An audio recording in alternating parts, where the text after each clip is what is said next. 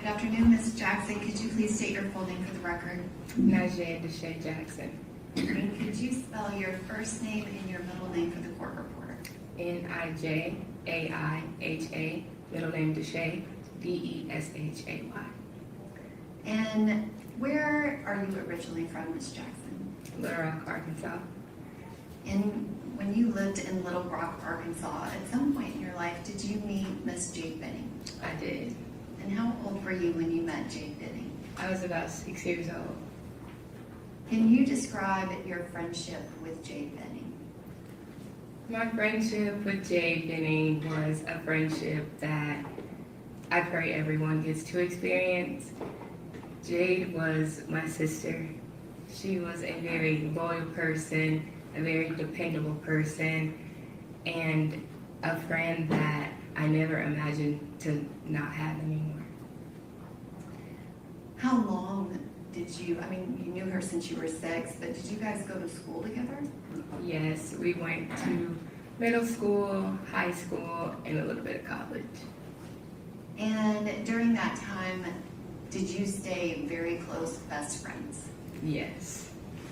At some point, did y'all not live in the same place in Arkansas? Yes, we did not. There was a point when I lived in Fayetteville and she lived in Conway, Arkansas. Did you maintain that close friendship even when you didn't live in the same town? Yes. And can you describe Jade kind of growing up? What type of person was she? Jade was a very outgoing, charismatic, go with the flow type of girl. A girl that never met a stranger. She didn't care your socioeconomic background. She didn't care your gender, your race. She would meet anyone and become their friend the same day. And growing up with her, did you guys have a type of friendship where you shared even kind of like secrets, stuff that you wouldn't tell other people? Yes. And in college, or I guess high school, did she play any sports? She was a cheerleader. Did you play any sports? I was a cheerleader. Was it a competition cheerleader squad? Yes, we did both competitive cheer and high school cheer. And when y'all were graduating from high school, what happened after that? What happened with you? I moved to Fayetteville to go to the University of Arkansas, and Jade went to University of Central Arkansas in Conway. And did she stay at that school? She did not. What did Jade end up doing before completing her degree that she started?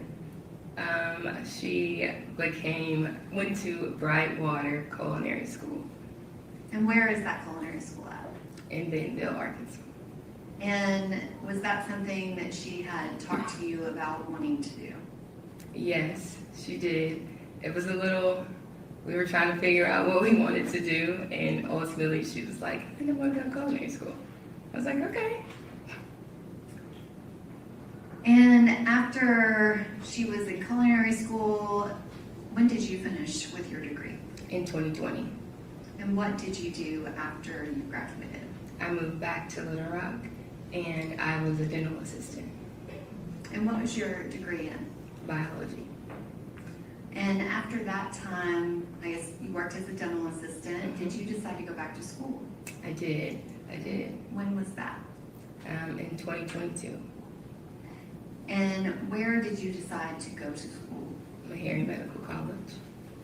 Can you describe what was going on with Jade kind of around that same time?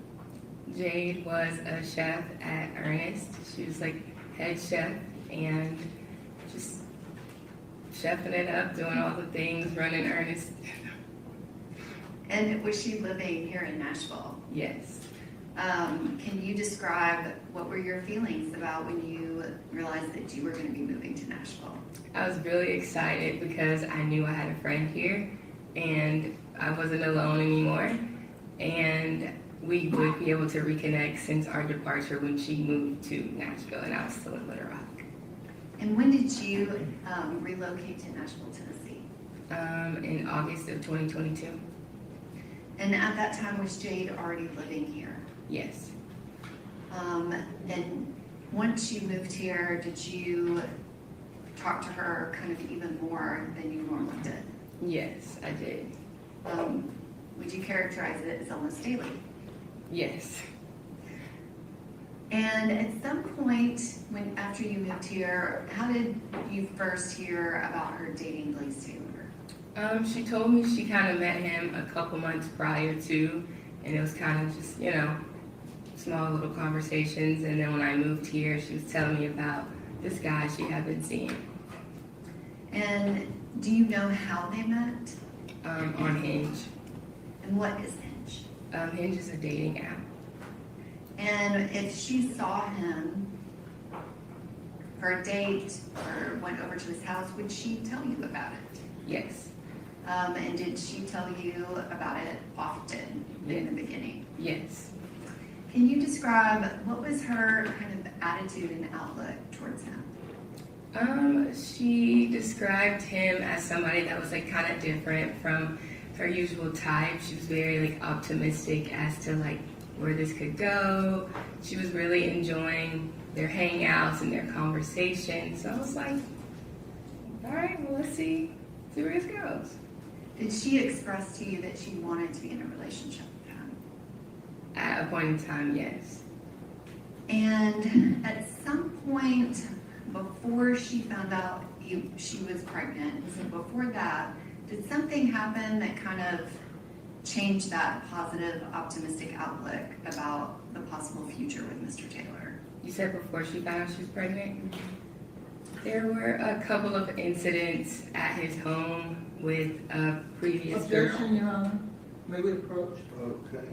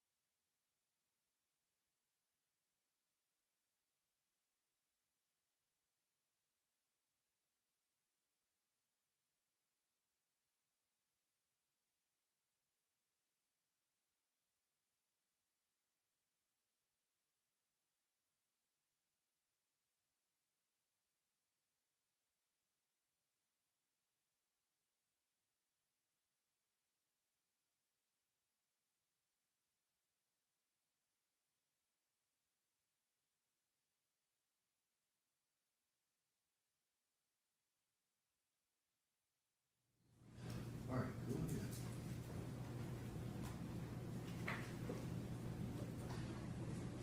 Ms. Jackson, without getting into the details of the incident, did something happen where she wasn't as optimistic? Yes.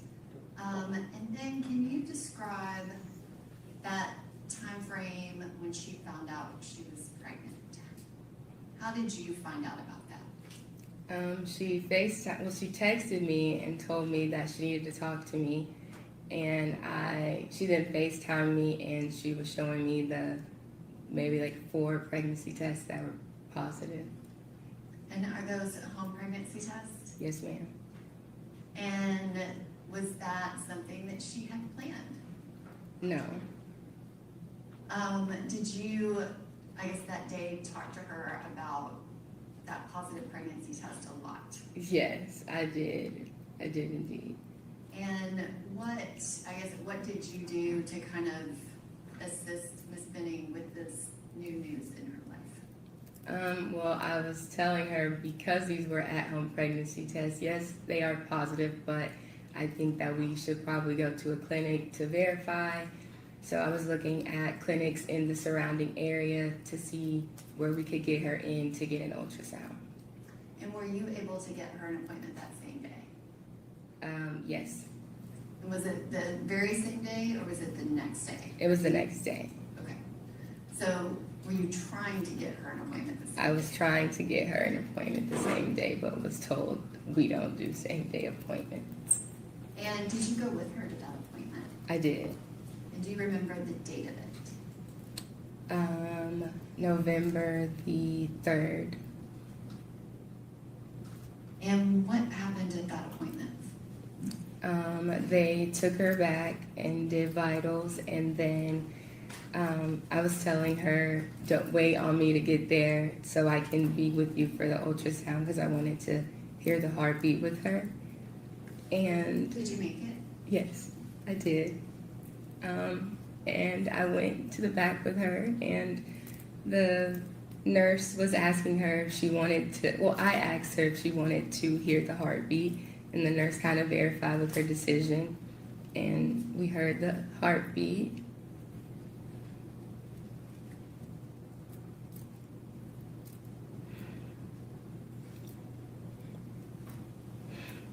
And they were measuring like the baby size and confirming like how many weeks she was.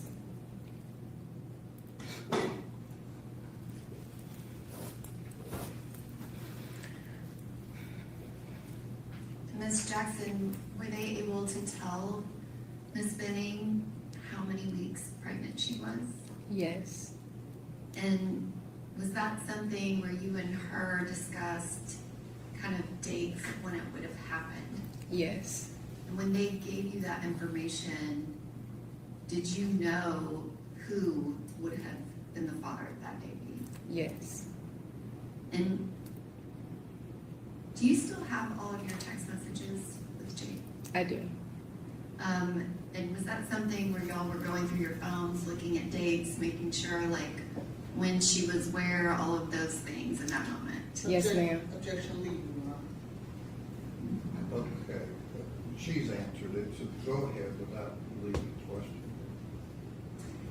And after that day, did you know what contact Ms. Benning had with Mr. Taylor about learning that she was pregnant and then finding out the exact timing of it? Yes.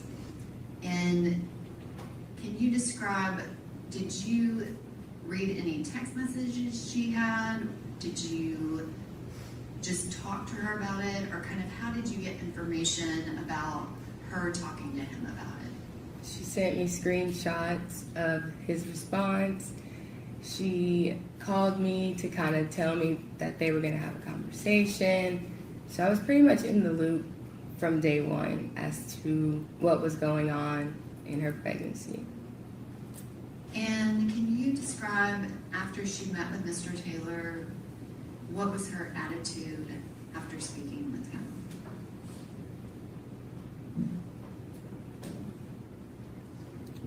She was very upset, very disappointed. Obviously, it wasn't planned, but I think the response that he gave her was not what she was not necessarily looking for, but hoping for, just in terms of a conversation. It seemed more so like he was just not really interested. Objection going into a hearsay response. No way she could know that without Jade's Okay. She was not stating his words, Your Honor, which would be hearsay. She was She describing. described Ms. Benning, here, so go ahead.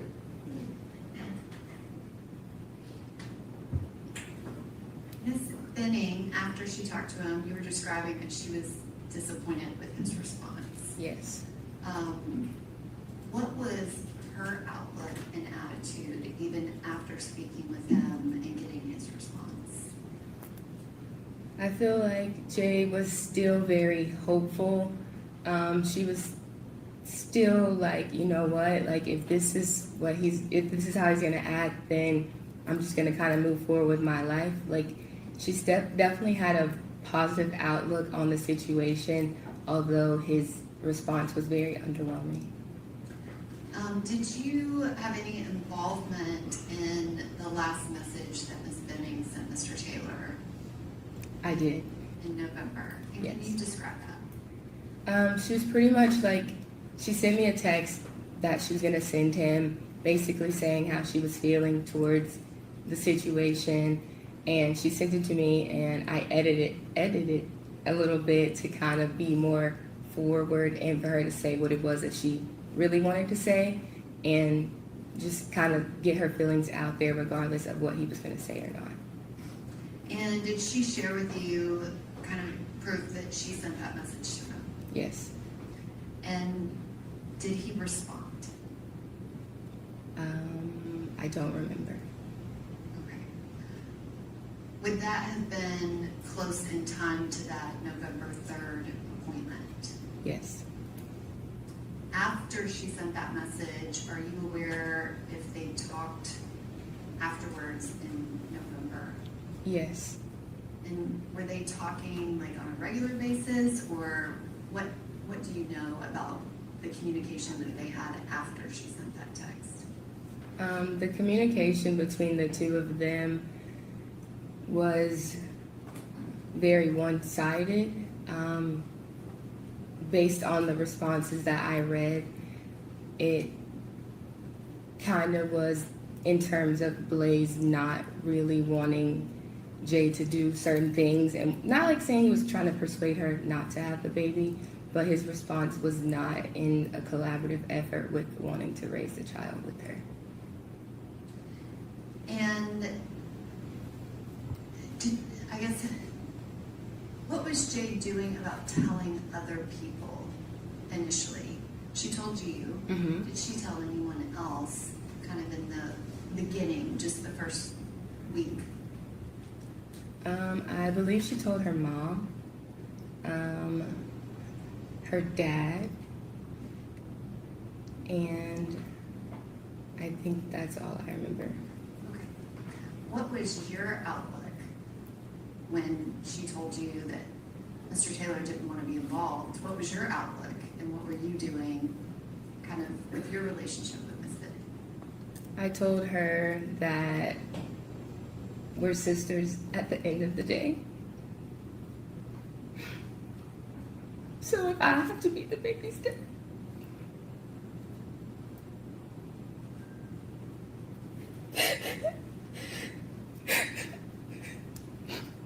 I was like, we will get through this together. I always reassured her that she's never alone.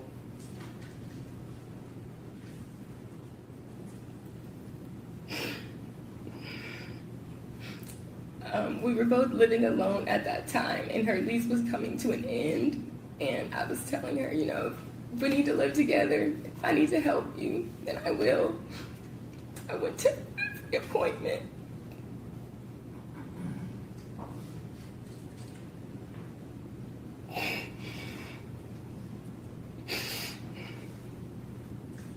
Did you guys end up getting a place together, or what ended up happening? No, unfortunately, she ditched me on that plan, but she moved into a 2-bedroom apartment so Ivy could have her own room, and she was like, you know, you're in school, so she found an apartment that could house the both of them comfortably. And during that time, kind of after mid-November and December and through the holiday, was Miss Benning planning things for that new apartment and moving? Yes. Did she share a lot of that information with you by text message, video calls, and phone calls? Yes. And then can you describe, did y'all see each other over Christmas? We did not.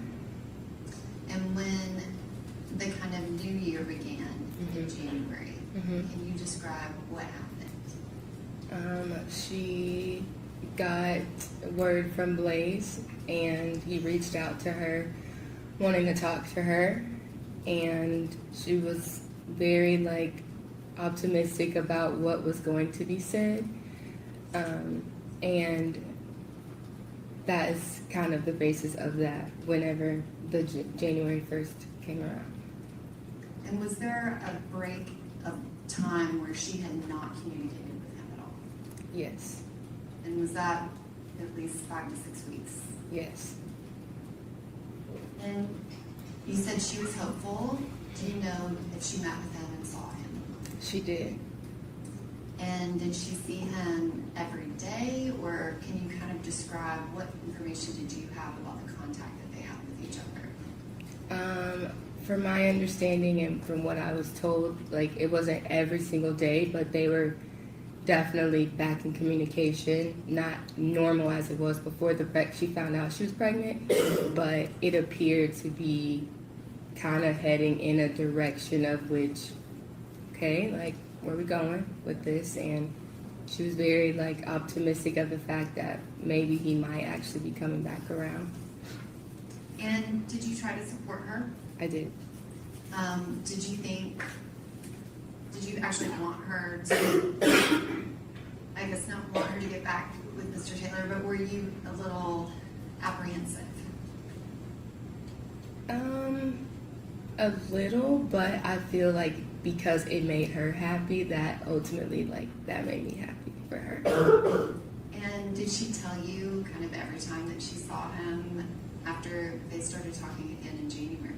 Yes. And did she give you specific details about that in messages and on phone calls and things like that? Yes.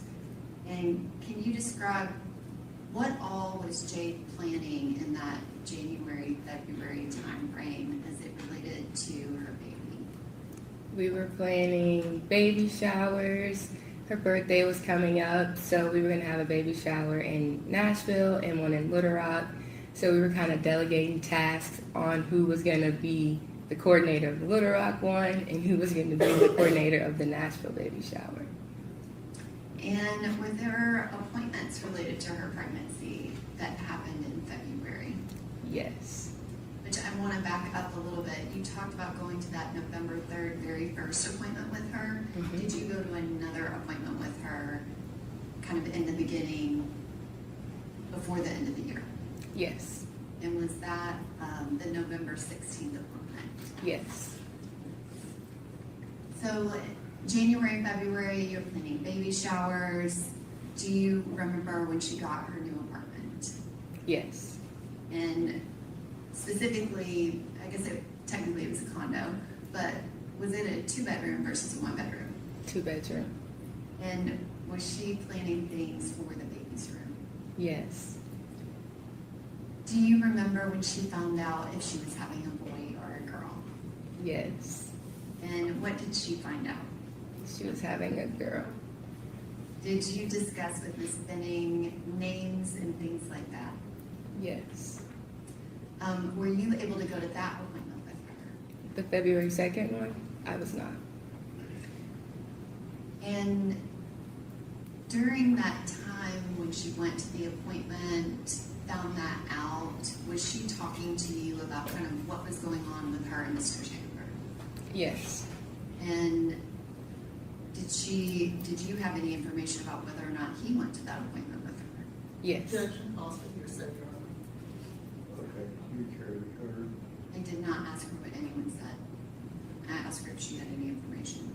There would be no way she would know. Okay, well, I mean, she's not answered yea or nay, but also name and, During that time when Jade found out that she was having a baby girl, can you describe what Jade was doing kind of as far as social media and publicizing the fact that she was pregnant and who the father was? She never did. Never. Mm-mm. And can you explain, do you know why? Ultimately, based on the conversations with her and Blaise, I think Jade was very apprehensive to share things based on his reaction. Objection, Your Honor, goes into hearsay. Judge, I'm trying to get to Ms. Benning's state of mind. okay, we'll rephrase your question. So you said she never was posting to social media. Mm-hmm. Was, I guess, based off of your close friendship with her, was she unhappy about the pregnancy or was she happy about it? She was happy about it. Did you feel like if circumstances were different, she would have posted to social media? Yes. I mean, was that something that she regularly did? Yes. Was it unusual that she was not? Yes. Did she continue to express kind of happiness and optimism about the baby coming? Yes. And Can you describe, did she have additional appointments in February that you were aware of? Yes. Did you go to any of those? Uh-uh. And what was going on with you at that time? So we're kind of in February of 2023. You had moved here to go to Meharry. What was your schedule like and kind of what was going on with you then? I was a full-time student, so my day consisted of studying, exams, going over test questions, and at that point in time, I was preparing for a really big exam. And do you know Mr. Keontae Jones? Yes, And how do you know him? he's my classmate. And in February 2023, did you spend time with him in school studying? Yes. Kind of going to that time frame of that Saturday, February 25th, had you been at Jade's apartment earlier that week? Yes. And can you describe why you were there and what happened? I went so she could straighten my hair, and she was showing me around her apartment and just kind of showing me where she was gonna put things. We went to the baby's room and she was showing me the things that she had ordered from or got from Facebook Marketplace. The ultrasound was kind of out. It was just giving all things girl mom preparing for a baby. And you said that Ms. Benning wasn't posting to social media. Would she send messages to you and her other close friends? Yes, And did you receive a lot of pictures from Ms. Benning? I did. I guess, can you describe them? What type of pregnancy pictures did she typically send you? She would send pictures at the gym, holding her belly. She would send pictures of her at home, videos, and she was kind of almost like documenting it. Like, she would say how many weeks she was in a couple of videos, and she would like rub on her belly and was just like loving on her. And that Monday night, or not Monday night, but it was 2 days before, so that Thursday night, you said you went to her apartment, is that right? Yes. And y'all walked all around that apartment. Mm-hmm. And then on that Saturday, February 25th, can you describe what happened that day and kind of how you ended up being over there? That day, I spent pretty much my entire day at school studying for an exam that I had on Monday. We were just there pretty much until like maybe 6:37, and Jade and I were texting, and she asked me if I had paint, and I was like, no, I don't. I was like, what are you doing with the paint? And she's telling me how she was gonna do a paint night with her and Blaise since they weren't able to hang out the weekend before. And she was saying that she was gonna cook dinner, and she asked me what she should cook, and I told her she should make chicken Alfredo. And Is there a reason you suggested that? personally, it's my favorite. And if she was gonna be cooking for somebody, I was like, you should, cook your best meal. And at some point, I guess, how did you end up going over there? It was a very spontaneous whim for me to go there. I was just hanging out with some friends after we were studying in front of campus, and they had ordered food that I didn't want. And so I was like, oh, I'll just go eat at Jade, like just get food from Jade's house. So I called her and I was like, hey, like, what y'all doing? I was like, I'm about to come by and get some food. And she was like, okay. And then I told her that Keontae was going to come with me. And that's how I ended up over there. And were you planning on going over there and sitting down to eat, or what was the plan? I just planned on picking it up and leaving, saying hi and bye. I didn't plan on dining in with them. And on that February 25th of 2023, had you ever met Blaise Taylor? Not in person.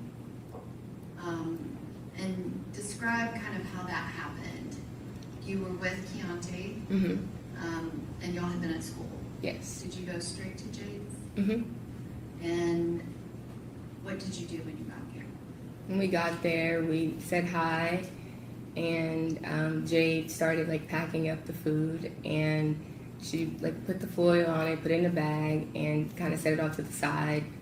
And we were just like chit chatting about what they were gonna paint, and we talked about like going to a concert, and we were laughing at the fact that I didn't know how to play spades. So that was pretty much like the basis of the conversation. And can you describe Jade's kind of kitchen area when you got there? Was there food out that they were eating, or kind of what was the setup at the point you got there? When I got there, the food was on the stove. It's kind of packaged. The canvases were kind of off to the side. The island was pretty clear. I didn't, and Jade had a glass of like a pink drink, and Blaise wasn't drinking anything. There was no cup in front of Blaise. And did you drink anything while you were there? I didn't drill. Was that something you brought with you? I did not. What was Mr. Taylor doing, and where was he at in the room? He was sitting beside Jade at the island, and he was engaging with some of the conversations, and he was just shuffling Uno cards the whole time. Was anybody playing Uno? No. But he was shuffling cards. Hmm. And did Mr. Jones, did he interact with Mr. Taylor? Yeah, like ever so slightly. It was kind of like a conversation just in the kitchen. And do you know approximately how long y'all stayed? Probably like a little over 15 minutes, like 15 to 30 minutes. And during that time, did anything seem amiss to you? Nothing too alarming except the comment he made about his artwork that he was going to make, because the whole basis of this project was to make something for the baby's room. Hearsay. It's a statement by the defendant, Your Honor. Okay, I don't think she's gotten there yet, but do you want to ask about what? Yes. You said that he made a comment about the painting he was going to do. What was his comment? I had asked like what they were gonna paint, and Jade was like, "I'm gonna make something." Confession, hearsay. Do you care to be heard on? I think it's unnecessary, so no. I do think it goes to Jade's state of mind, Your Honor, but All right, I'll over the objection that goes into, was that comment from Mr. Taylor right after the discussion with the artwork with Ms. Benning? Yes. Okay, go ahead. what did Ms. Benning say she was planning on painting? She said that she was gonna paint something for the baby's room. She didn't know what yet, but she knew that's what she was gonna paint, something to hang in Ivy's room. And when I asked Blaise what he was gonna paint, he told me he was gonna paint a black hole. And I was like, a black hole? And he was like, yeah, I'm gonna call it midnight. The further you look, the deeper you'll go.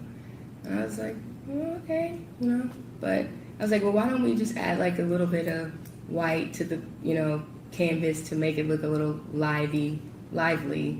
And that was kind of that. But it was a very dark demeanor about this painting after Jade said that she was going to make something for the baby's room. And were they actually painting while you were there? No. So this was discussions about what we're about to do. Yes. And was anything else in this other than the comment that he made about the painting? Not that I can think of or remember.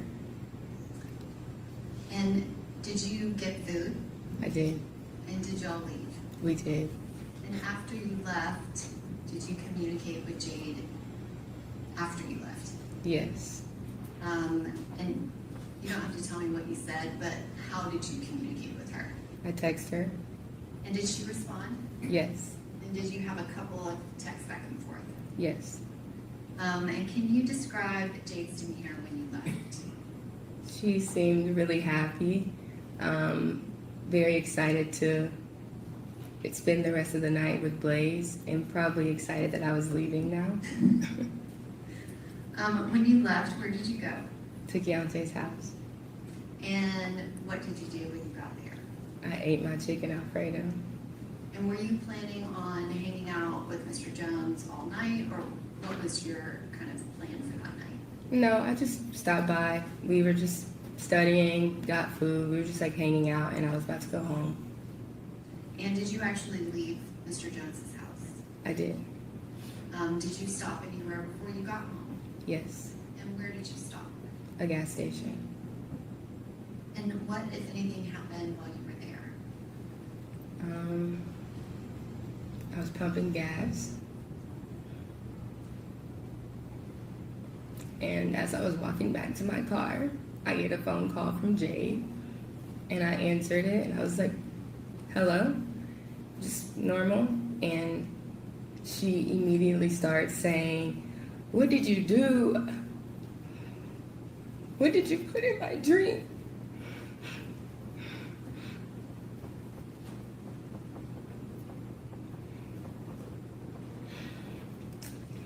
Then I heard her say, Blaise, you're scaring me. And he was like, you're scaring me. And she was like, I know you put something in my drink.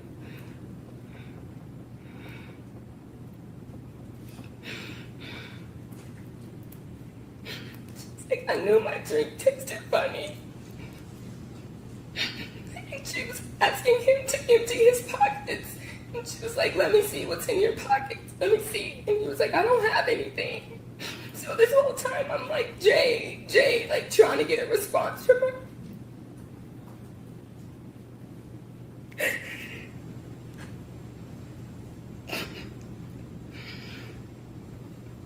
So because I didn't get a response from her, I texted her and I was like, are you talking to me? What's going on? And then she was like, I know you put something in my drink because I can't even walk to drink.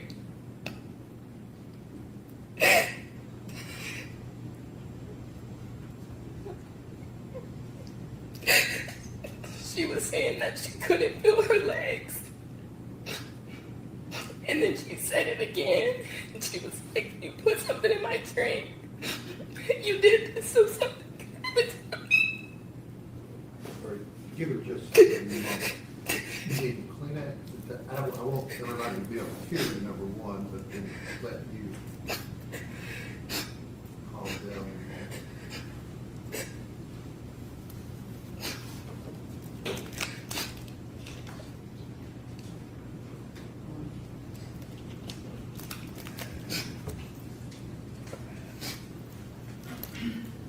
Okay. Can you repeat the last thing that you heard Jade say? She said that you did this so something could happen to the baby. Did she say anything else? She was saying I'm about to feel like I'm about to pass out. And then like towards the end of the conversation, she was like, is key. And then nothing else. Like what? She was like saying, it was very wavy, and she was like, I heard is, and I heard with, and I heard key. And so I then merged Keontae on the phone because I'm like, I don't know what's wrong with Jade. Like, something sounds wrong. Like, listen to her. And he's like, Jade, like, I'm here. And at that point, you just really couldn't understand what she was saying anymore. Miss Jackson, I want to kind of go back. At the beginning of the call, when you could understand Jade, can you describe, based off of your experience, how did she sound? She sounded like very scared. She did not sound like herself. She sounded like she needed help.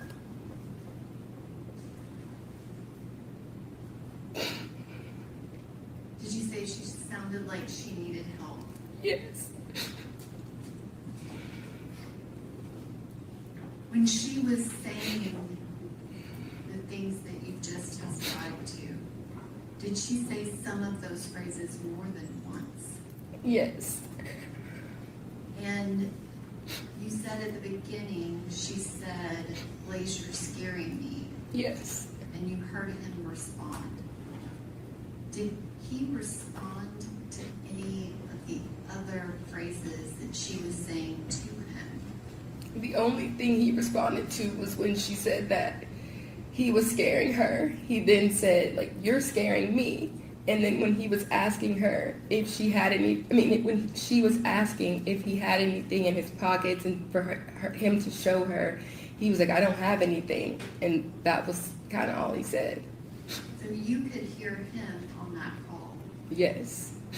And that's all he said during that whole time that Jade made all of those statements, but Yeah. that she couldn't feel her legs, and she's asking him, what's in your hand? Show me your pockets. What did you put in my drink? I knew my drink tasted funny. He did not provide a response to any of that. No. And can you describe that call is a 6-minute and 9-second call? Kind of at what point, is it just at the end, those last few words that you really couldn't understand her? Yes. And you said you heard her say kind of 3 words. What were those again? I heard is, I heard with, and I heard key. And did you try to connect that to what that could possibly mean? Yes. I didn't understand what she was saying, but because she sounded so scared and Keontae was just there, we all call him Key. So I was like, okay, like, she's obviously scared, like, she needs him to help her because she's with another man and Keontae is a man. So when I added him on the phone, he's talking to her, and Is she responding at all? no, At any time, did you think that Jade Benning was saying those phrases to you? no, And you heard Mr. Taylor respond, and you heard her say too, Blaise, you're scaring me. yes, How did that call end? the phone hung up, Did you hang up? no, At any point, did Mr. Taylor say anything to you? no. And what did you do after that line got cut? I called back, Did you call back more than once? yes, At some point, and you're calling back Ms. Benning's phone, is that correct? correct, Did you have Blaise Taylor's phone to call him? no, At some point, was her phone answered? yes, And who answered it when you called back? Blaise. And can you describe what was said in that phone call? I answered the phone, and well, he answered the phone, and I was like, Blaise, like, what's going on? What's going on? Like, FaceTime me. Like, let me see her. And he doesn't FaceTime me, but he tells me that he's about to call 911. Did you ask him several times to FaceTime you? Yes, And you said that you asked him what was going on. Did he answer you? he just kept saying, I don't know, I don't know.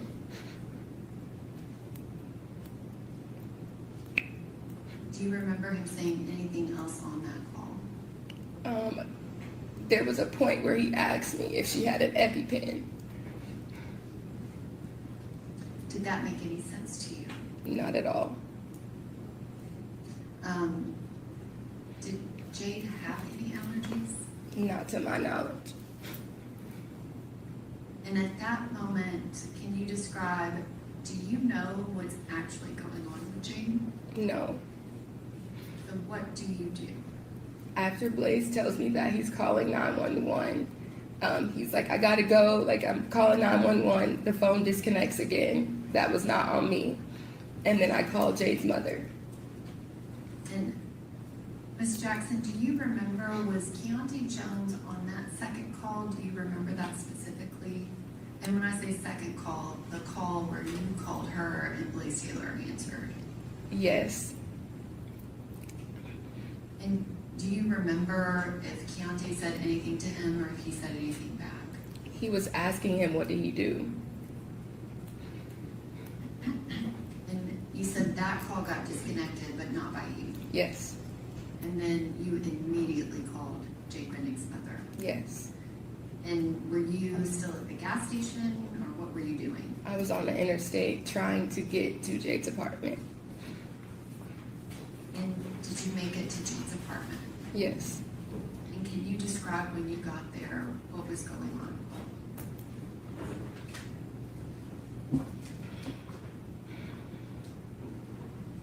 When I pulled up, the ambulance was already outside.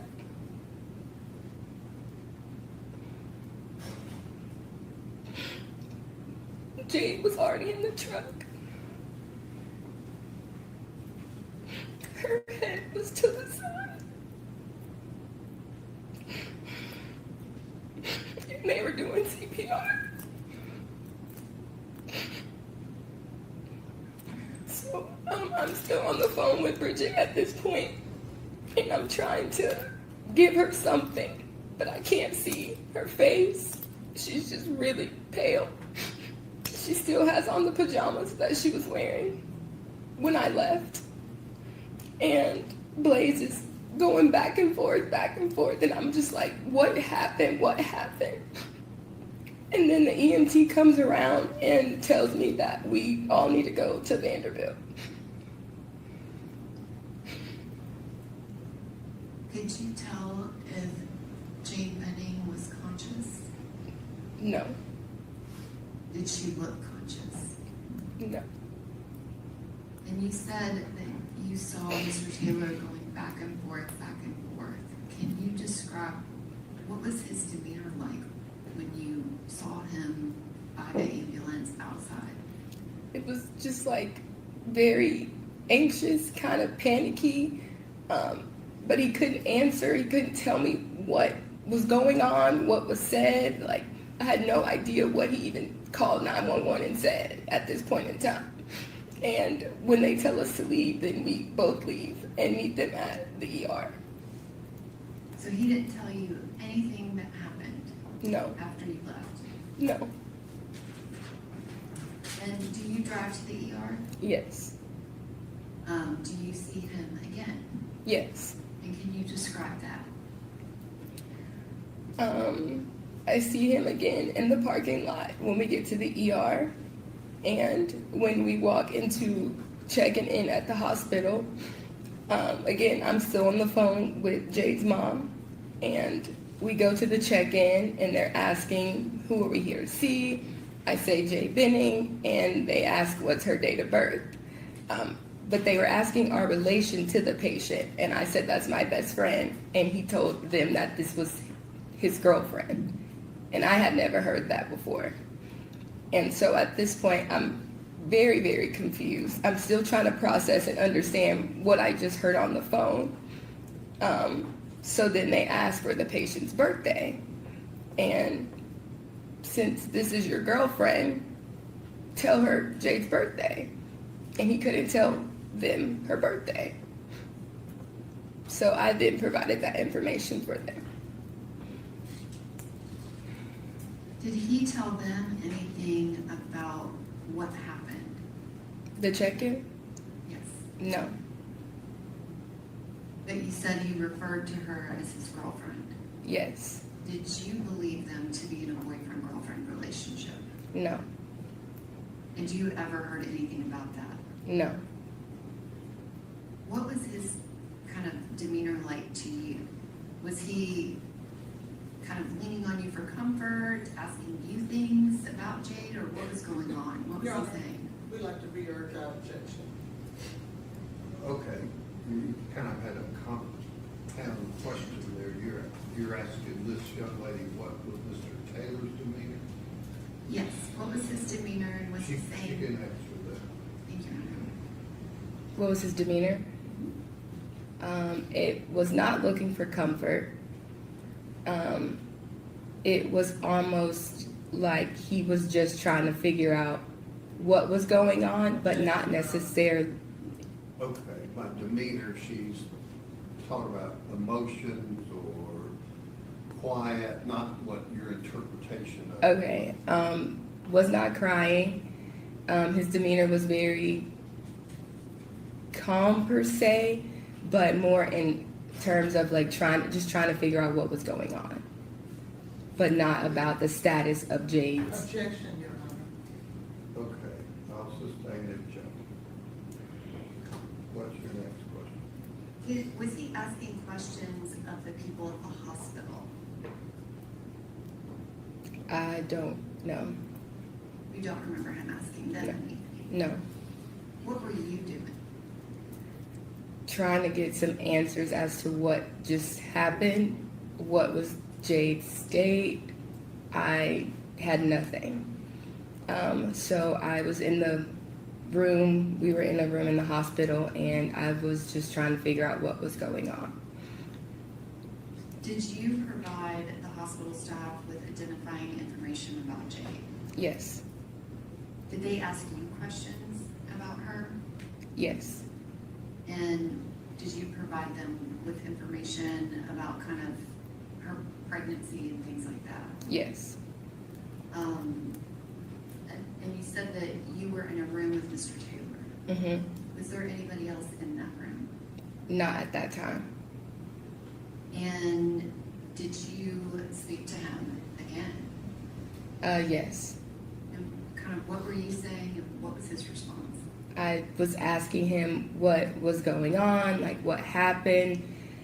He kind of wasn't really giving me anything. He kind of explained a little bit like that she just didn't feel good.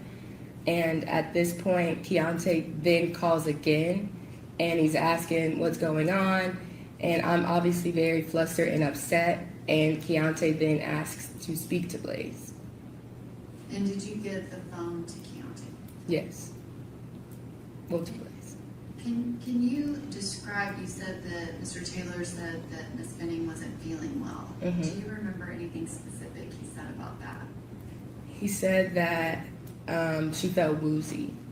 He said that she felt woozy and needed to lie down. And that term woozy, was that something that was familiar to you? No, Is that something that Jade had she ever used that word? no, Did he say anything else about what happened? he said that they danced, that they ate, they played games, and then they painted, and then she felt woozy and she needed to lie down, and that she threw up. At what point, kind of in the progression of events that night, did he say that she threw up?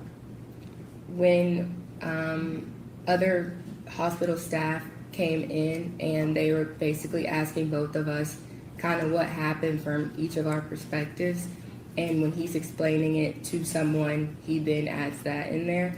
But I had known that she had thrown up prior to that statement. Was that the first time you ever heard him say that? Yes, And is it fair to say you had asked him a multitude of times what happened? yes, And so you're present when he's telling the hospital staff about what happened. yes, Does he ever tell them what you heard Jade say to him on that phone call? no, At some point, did you tell him? I did, And was he there when you told him? yes. What, if anything, did he say when you told them what Jade said to you? He started talking over me and then says, "You act like you care about her more than I do, and that's the mother of my child." Can you explain, what did that statement mean to you based off of what you knew? Can you ask that one more time? That statement, was that a normal statement or an unusual statement? Your Unusual. Honor, I'm gonna object. She's already stated she doesn't know Mr. Taylor. This was the first time she met him. Okay. Do you want to rephrase your question? Because I don't know that I understood that. Had you ever heard him say that before? No. Did you find that to be, I guess, can you describe, what did you think when he said that? Objection irrelevant. Care to be heard on the relevance? Yes, Your Honor, I think the context of their relationship, his state of mind, I think that it's relevant But to you're asking an her answer. to interpret that. I'll sustain the objection. What did you do at that point? At that point, I tried to stay away from him as much as I could because that upset me. Why did it upset you? Because she's my best friend, and that didn't matter about the relationship. Like, we should be focusing on her health and the baby's health, not about who was closer to her in that moment. Did you tell multiple people at the hospital about what Jade said on that phone call to him? Yes. And at some point, did police officers arrive? Yes. And did you speak with them? Yes. And did you speak with multiple officers? Yes. Did you tell them about the phone call? Yes. And at some point, did a detective show up? Yes. And did you meet with him? Yes. And was that separate from Mr. Taylor? Yes. And did you give him a statement about everything that Jade said to you, to him on that call that you heard? Yes. And at some point that night, did you leave the hospital? Yes. And can you describe, when did you do that? Maybe around like 2 a.m. And what, if anything, did you do? I left and went home and was trying to make sense of what I just heard. At any point, did you see Mr. Keontae Jones again that night? Yes. And can you describe that? He picked me up. I was telling him that I just felt uncomfortable because at this point it was just Blaise and I and a couple of other people, and I just didn't want to be there anymore. So I asked him to come and pick me up. And can you describe, did anyone else that knew Jade show up at the hospital before you left? Yes. And who showed up? Lauren and Natalie. And did you know them? Yes. How did you know them? I met them through Jade. They were her coworkers. At some point, did you go back to Jade's apartment? Yes. And when did you do that? Maybe like a day or so after. And did you go by yourself or did you go with other people? Other people. Your Honor, may I have permission to publish a portion of Exhibit 14 to this witness?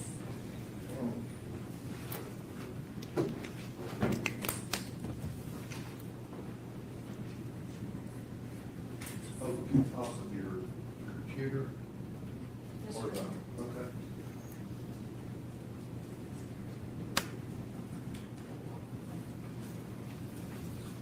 For the record, I'm publishing video 1 from Exhibit 14. Mr. Jackson, do you recognize what's shown in this video? Yes. And what is that? Jade's kitchen, and it's the dinner that she made that night. And do you remember why y'all were videoing this? Because I was very adamant on going to her apartment because I had just seen her an hour prior to this phone call.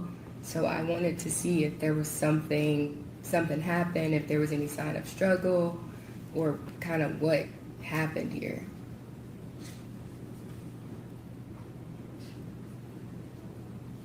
And this video, is that exactly the way that it looked when you left? No.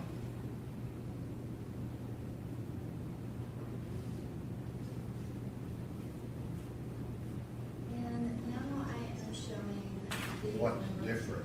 4. I'm sorry, I'm gonna go back to that. You're on. Oh, okay. I'm showing video number 4. Do you recognize this? Yes. And specifically, is there anything about this video that stood out to you? The camera and the blinds. And explain what you mean by that. Every time that I've been at Jade's apartment, that white camera has been in her kitchen area. So I was very concerned as to why it was moved in her bedroom. Jade also lived on the first floor, so I was confused as to why her blinds were up and the camera was facing outward. She kept the camera in the the kitchen, I'm sorry, because the front door was right there. So this was very alarming because Jade would never leave her blinds up like that, especially at night with the camera moved away from, can't see anything there. Had you ever seen the camera in that location at this apartment or even her previous apartment? No. I am gonna go back to video number 1. Ms. Jackson, can you describe where is it that camera normally would be? To the right of the Happiness is Homemade sign. And if you touch that monitor in front of you, it will actually make a mark, so you can mark this Wait. specific spot that you're referring to. Right here? Mhm. Oh, my bad. You need to redo it.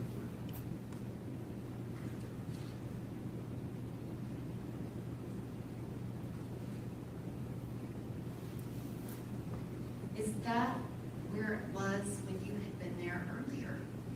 Yes. And so when you were there earlier that night, the camera was right there. Mm-hmm. And then when you came back, it was in the bedroom. Yes. Can you describe what, if anything, did you do related to that camera and the blinds that we just saw in her bedroom? I moved the camera back to where it was, and I put the blinds back down. So you moved the camera up and put it back Where? in that spot, right by the stove. Yes. And why did you do that? Because I was not sure if Blaise had an extra key or not. He did help her move in, and it was supposed to be in front of the door in case if something happened, you could see. And so I put it back there because I was not sure if he were to have come back or not. Did you have any idea if that camera was connected and recording? I was under the impression that it was. And I want to show you now what is video 5 and exhibit 14. Can you describe what, if anything, did you notice about this area of Miss Benning's bedroom? I noticed the staining on her comforter and that her covers were kind of messed up from the bottom half and not the foot of the bed and not the head of the bed. Was that generally how she would leave her bedroom? No.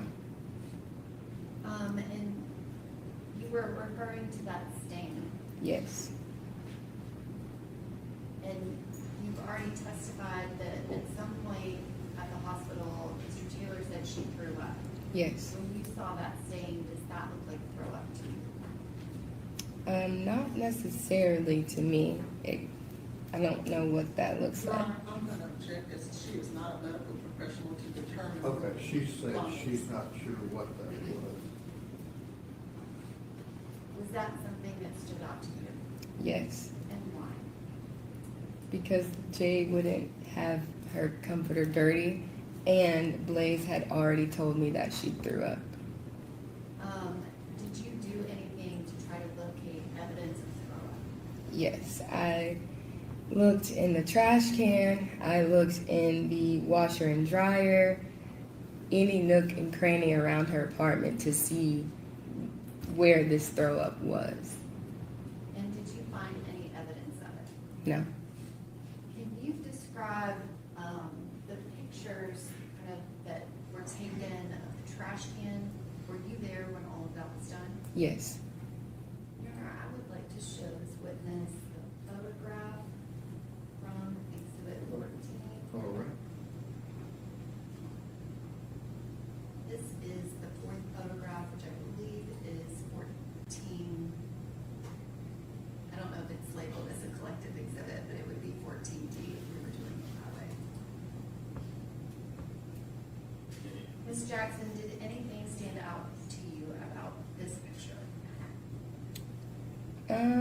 I did think that the pink lemonade did stand out to me because that was the color of the drink that she was drinking when I was there the first time. And the fifth picture, can you describe what's shown here? It looks like food that wasn't eaten, like left over on the plate or something. Did that stand out to you as being unusual? No. Were you looking for, I guess, what, if anything, were you looking for? I was looking for the color that was on the comforter, that pinkish color, and I was looking for the food to be a little bit more grounded, I guess, like she had already ate it. So I was looking for food that was not in whole pieces, like I see here. So when you saw that, you were checking to see if that was throw up? Yes, And what was your determination? it was not. Did you find any evidence outside of what was on that comforter? No, not that I recall.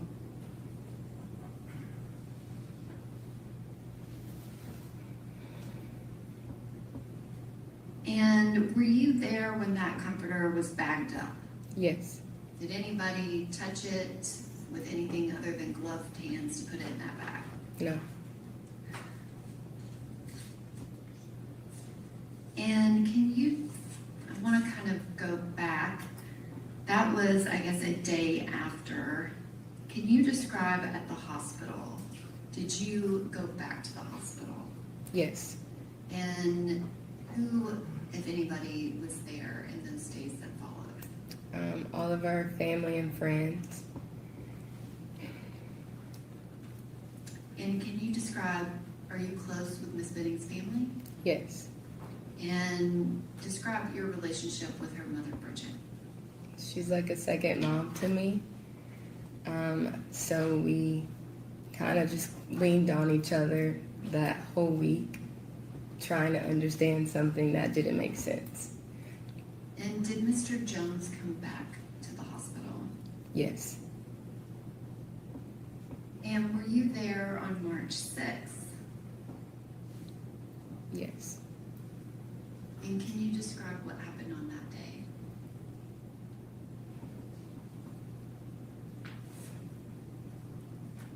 I went to Dollar Tree. I went and got balloons and cupcakes from Kroger. We brought them to the hospital.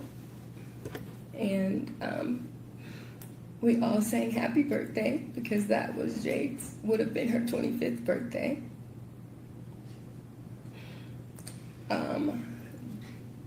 They told us that she was brain dead that day. There was no active brain activity. And ultimately, Jade died on her, what would have been her 25th birthday.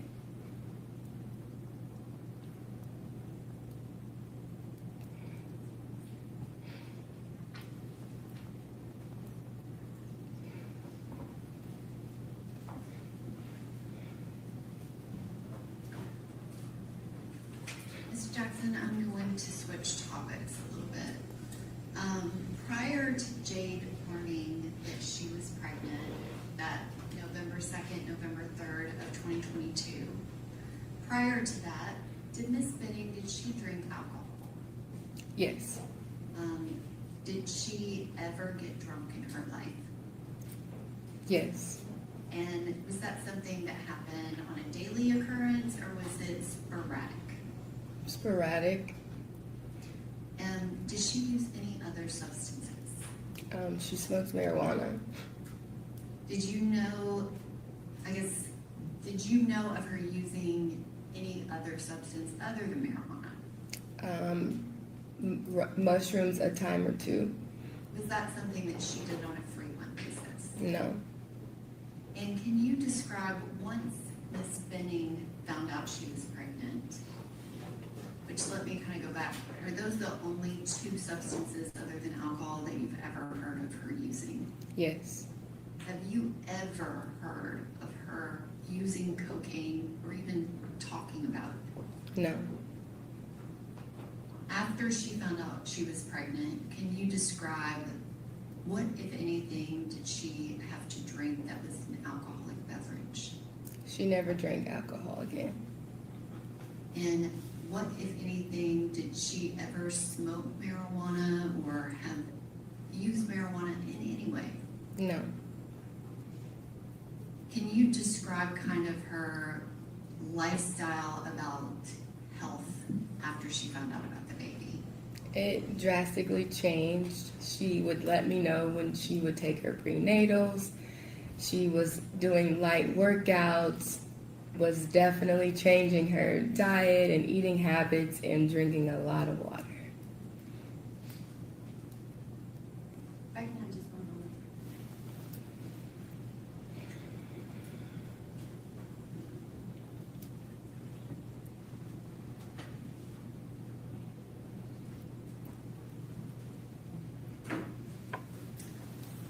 Thank you, Ms. Jackson. I don't have any other questions. Questions on behalf of Mr. Taylor? Yes, Your Honor, it's going to be pretty lengthy. Okay, I checked with the jury about staying longer tonight, and they're okay. I could just have a minute. Okay.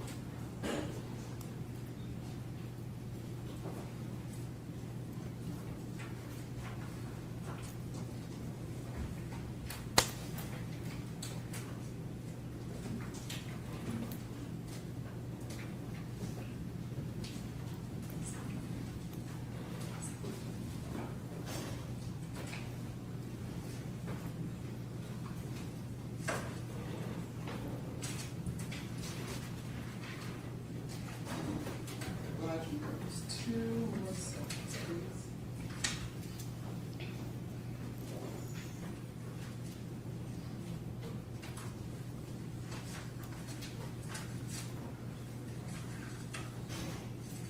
Ms. Jackson, my name is Letitia Quinones-Hollins, and I'll be asking you a few questions. Well, a lot of questions. At any time you don't understand something, let me know, and I'll do my best to rephrase, okay? You said you met Jade when you were 6 years old. You guys at some point went to the same middle school and high school, right? You were very close. Correct. And you guys also went off to college. Was it the same college that you went to? Or different colleges but at the same time? We went to the same college at one point and a different college at another. Because she left and went to culinary school. Is that right? And the culinary school is with? Bentonville. Now, are you both from Little Rock, Arkansas? We are.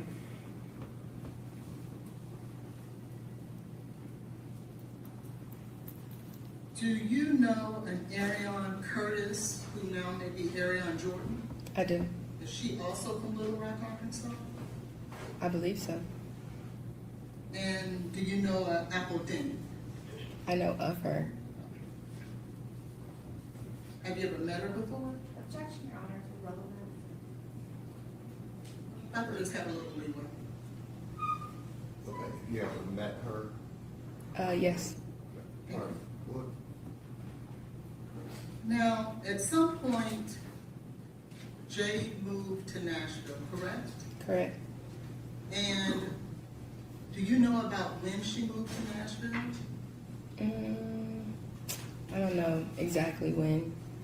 Probably like 2020, early 2022, maybe. Early 2022? Okay. And when she moved to Nashville in early 22, you were where? In Little Rock. Were you guys speaking during that time? Yes. How often? Maybe like every couple days or maybe once a week. Okay. But significant, you were talking. And then at some point, you moved to Nashville. Correct. When did you move to Nashville? In August of 2022.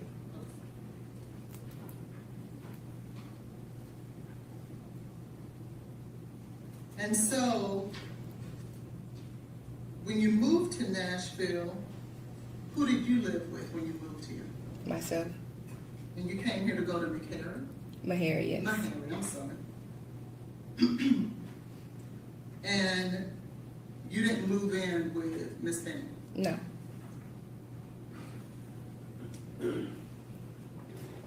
Now, when you moved here, how often did the two of you get together? It would just depends on when our schedules would align. Okay. So what would that be? Maybe once a week, twice a week, So once or twice a week? maybe, yes. And what are some of the things that the two of you would do when you got together? Objection, Your Honor, to the relevance. Your Honor, this witness testified that the basis of a lot of her testimony today. okay, what would y'all do when you hung out? Go eat dinner, go walk, just all kinds of fun stuff that best friends would do. Would you smoke marijuana together? Yes. Objection, Your Honor, to the relevance. All right, it's been mentioned, so she's answered it. Go ahead. Thank you. Would you drink together? Yes. And would she opt, or at least at some point, would she suggest that you do mushrooms together? No, No? she didn't suggest. Did she ask you to do mushrooms with her? Maybe. I don't recall. Now, would a text message between you and Jade help refresh your memory? Yes. Yes, sir.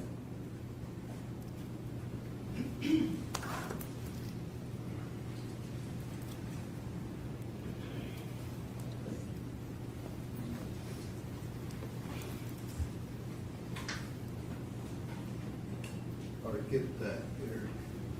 Sorry. He's gonna get that. Okay. Let me make sure it's the right one.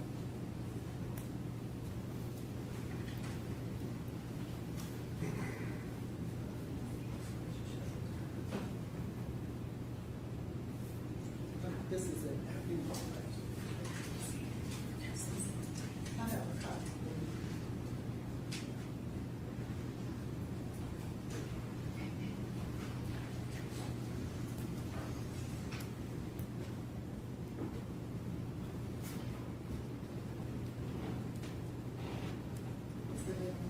Make sure I don't. That I can't just get, thank you.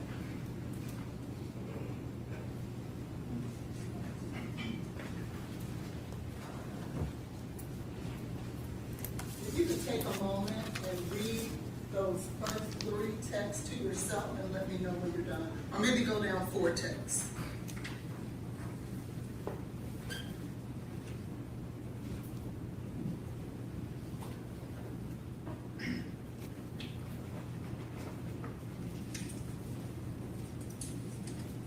I'm ready. Okay. Did she suggest that you guys should do it together? Yes. Okay, thank you.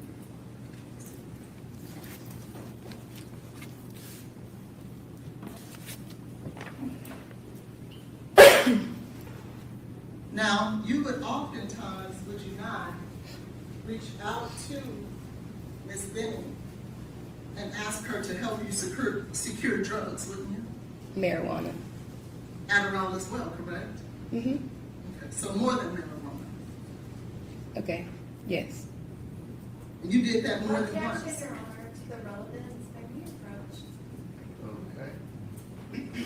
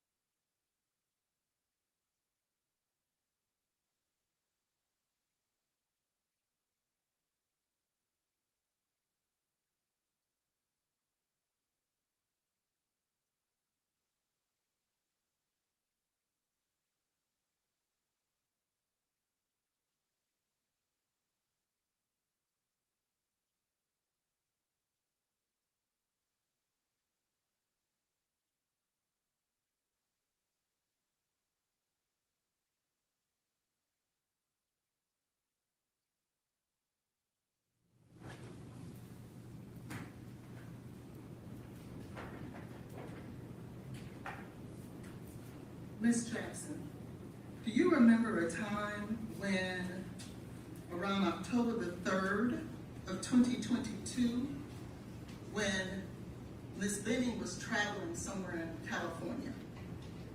You remember that? Yes. And do you remember you guys were having a text message conversation? Yes. And in that text message, Ms. Benning starts off the conversation saying, "Edible kicked my ass." Do you remember her saying that to you? Can I please see it? You may.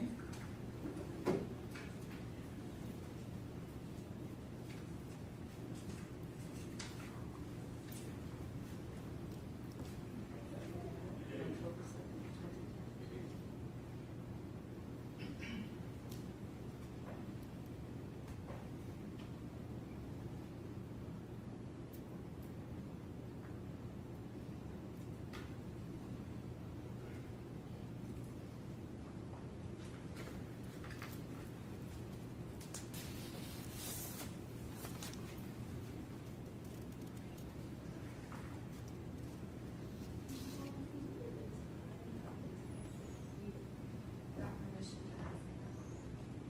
I can. Okay, what's your question? Do you see there where on October the 3rd of 2022, Ms. Benning says to you, "Edibles kicked my ass." Do you see that? Yes. Do you see that later, the next text message she sends says, "Smoking, edibles, and tequila. Laugh my ass off." Do you see that? Yes. And do you see where your next text to her is, "Weed or some other shit"? Yes. What is some other shit that she could be smoking, Miss Jackson? Mushrooms. Because you can smoke mushrooms? I didn't say smoke. I said or some other shit. Well, you said weed or some other shit, right?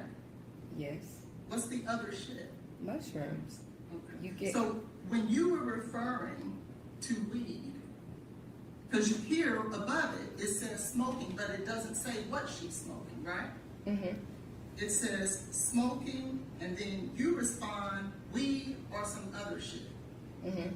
And your response is she was going to smoke mushrooms. I didn't say smoke mushrooms, but I was asking her, was that what she talking about?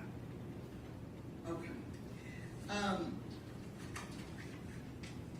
And did Ms. Benning, in your closeness with her, ever share with you when the last time that she had her period? I don't recall. You know, Uh, would you have learned that the last time she had her period was September the 12th?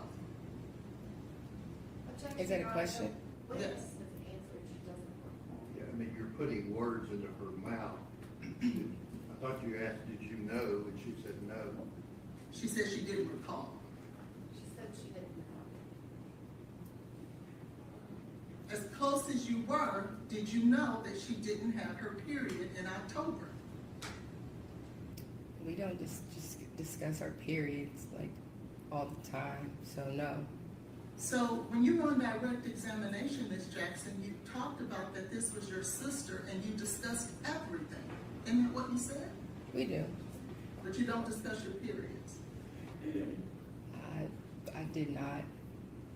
Now, but didn't you, isn't it true that you and Ms. Benning was trying to calculate who was the father of this child? Mm-hmm. You wouldn't discuss the last time she had her period if you're trying to calculate when was the last time who was the father of the child? I don't recall talking about a period.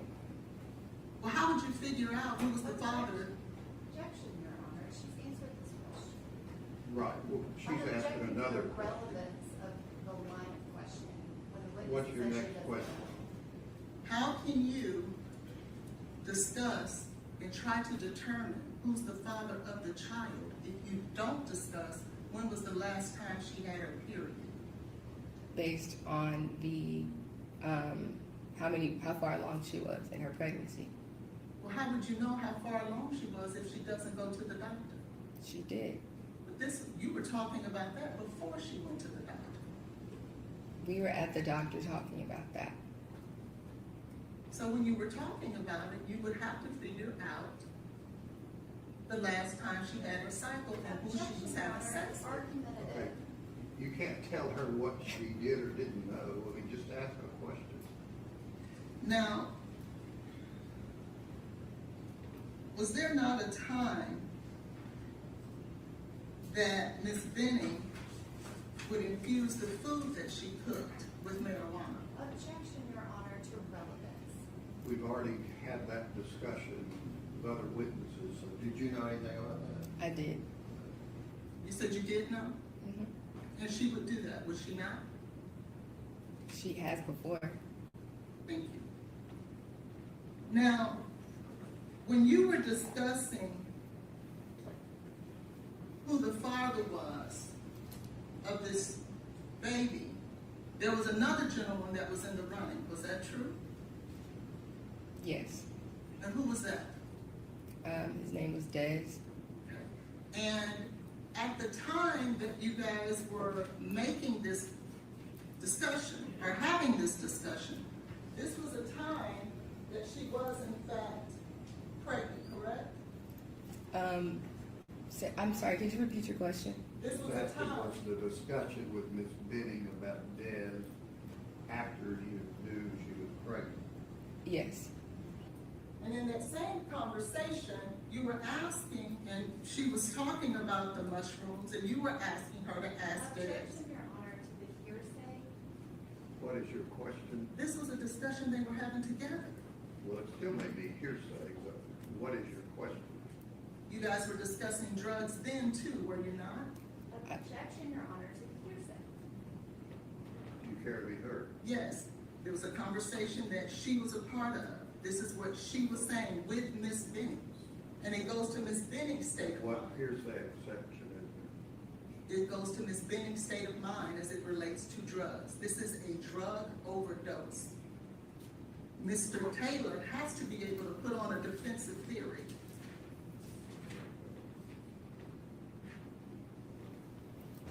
Did you ever discuss with Miss Benning after she knew she was pregnant about drugs? I'm not sure. I don't know. Would it assist you if I was to allow you to look at text messages? Sure.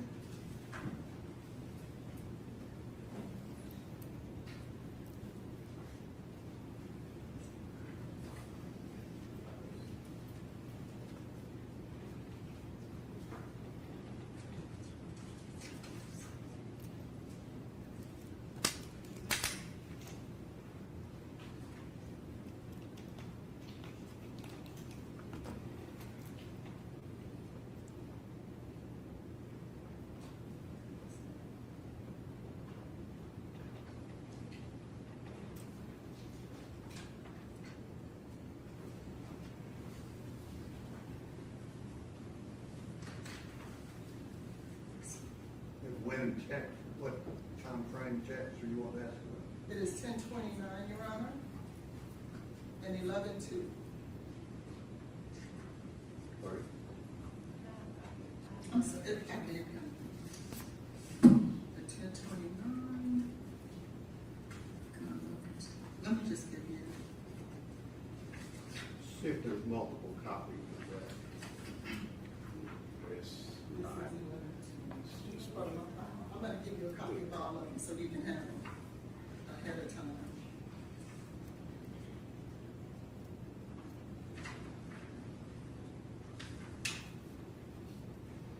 You got 10:29, 11:02, and something else?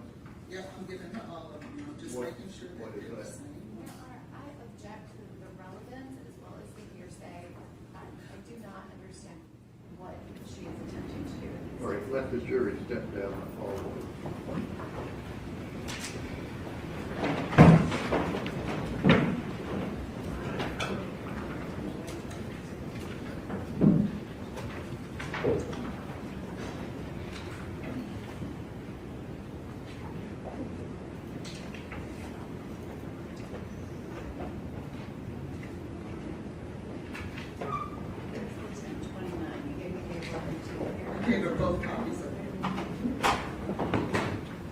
text are you wanting to show this young lady? I'm trying to get them all to her at How one many are time. you wanting to show? About 8, Your All Honor. right, let me have copies of them. Let me have copies of them.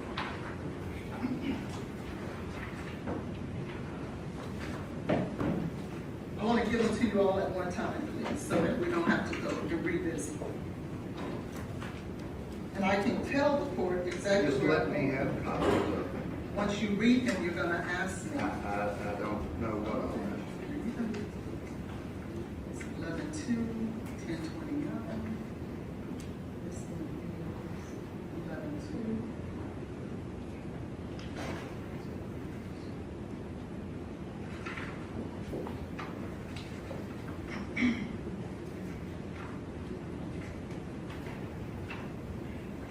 There's another one for 11:2. There's another one for 11:2. There's another one for 11:2.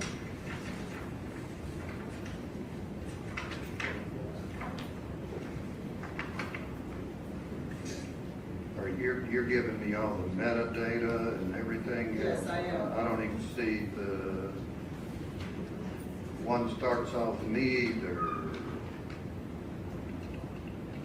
That's the way that it I've prints been out. looking at my body. Mhm. Beautiful child I've ever laid eyes on. What does that one say about drugs?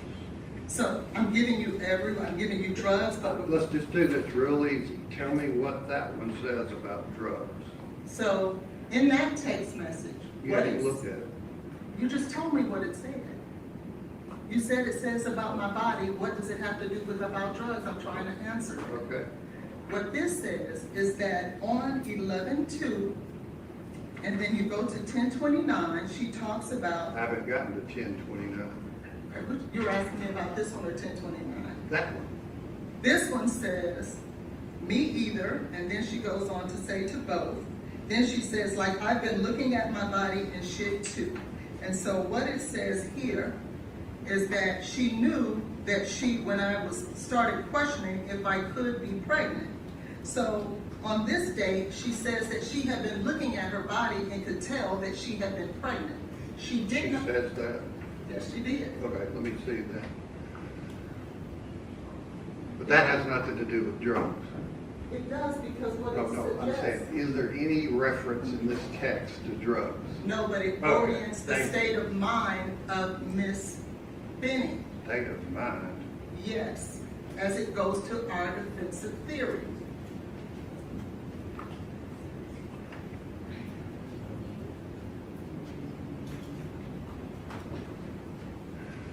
Does the state have decent copies of what the messages are back and forth? I can. This is make like that. reading a dictionary. I agree. Yeah, I'm not sure why they're putting them in that format. It's the way that we did it. I can only print out the way the metadata is given to me. Like I've been looking at my body, okay? So that's what you say on that. The next one I'm looking at is 11/2 at 1:50 p.m. You need to find out ASAP. Indiana's the closest place to go if I made that decision. What does that have to do with drugs? Because that one is dealing with abortion, because she was, How do we know that? because that's what they're talking about in regards to Indiana being the closest place. How do I know that? Because in text messages before that, I she don't have says, those. you do. What does this have to do with drugs? I just said, I'm giving you all the text Does messages. this have anything to do with drugs? No, but it has to do with abortion that I'm going to go into, and I don't want to have to stop and do this I'm again. just dealing with the state's objection about you're wanting to grill this young lady about drugs. That says something about abortion. It's weird, been like you've been drinking. What does this have to do with drugs? It has to do with alcohol. She was found to have cocaethylene in her system. But that is something from,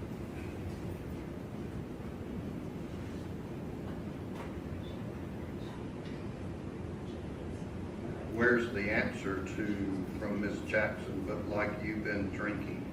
Ms. Jackson just testified that she is Where's very, the answer of this from the text? it doesn't have to be an answer. That's her statement to Ms. Benning. Objection to the hearsay. It's not hearsay. She's right here. I can ask her if Talking she about Ms. said. Benning's statements are hearsay. That's not Ms. Benning's statement.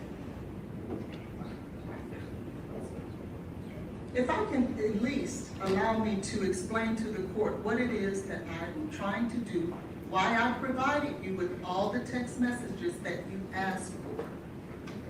Well, some of them I didn't ask for. Finished up cleaning, wanna come smoke and have a bottle of wine when I get off. That's from Ms. Jackson. That's 10:29. So you wanna ask Ms. Jackson if Ms. Benning came over and had a bottle of wine? I do, and smoked. Where does it say smoke? Do you want to smoke and have a bottle of wine? Wanna come, SPOKE. That you think that's a misspelling? Can I see it?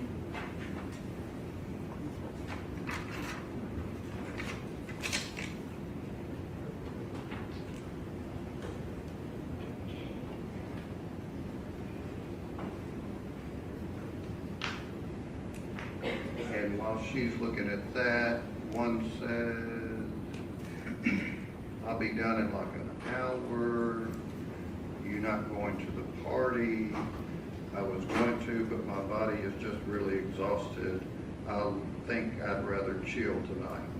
What is that? What's the relevancy of that?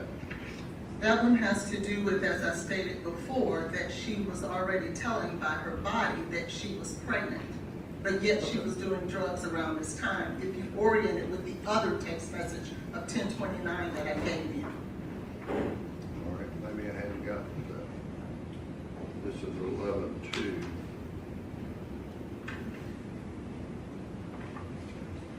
The 10:29 one says she's doing drugs.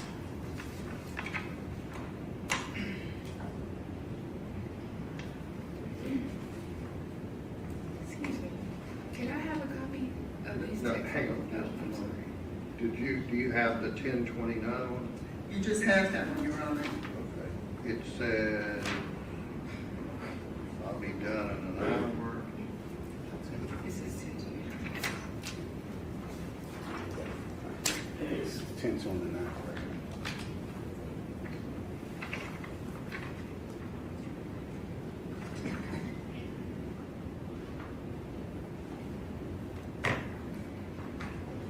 Okay, and after you looked at this, is that a typo on your part? Probably, yes.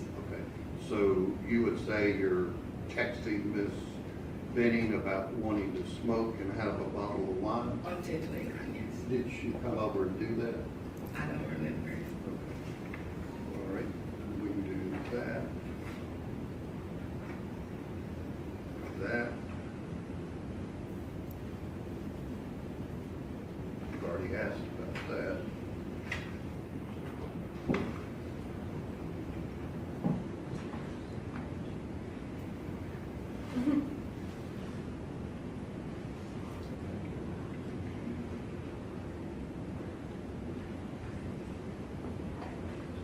So on this one where you say, but like you've been drinking, do you know if she answered that?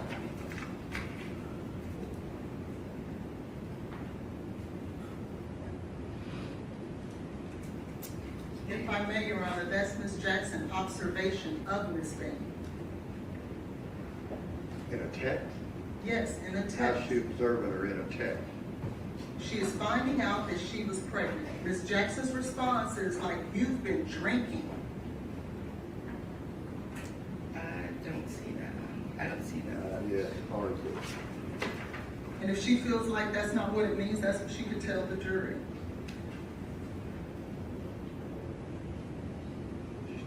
Ask her about that one.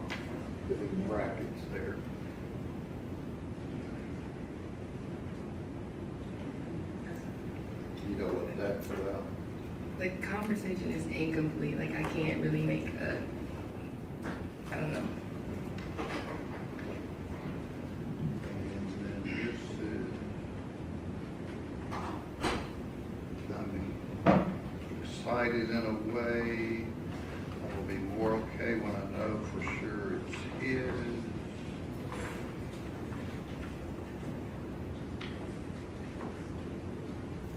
It's his, it has to be, and what does that have to do with the drug? That's in regards to Mr. Taylor. Like I said, I was giving you everything so that we didn't have to go through this again. Okay, so this is relevant in terms of going back, finding out who the father is. Correct.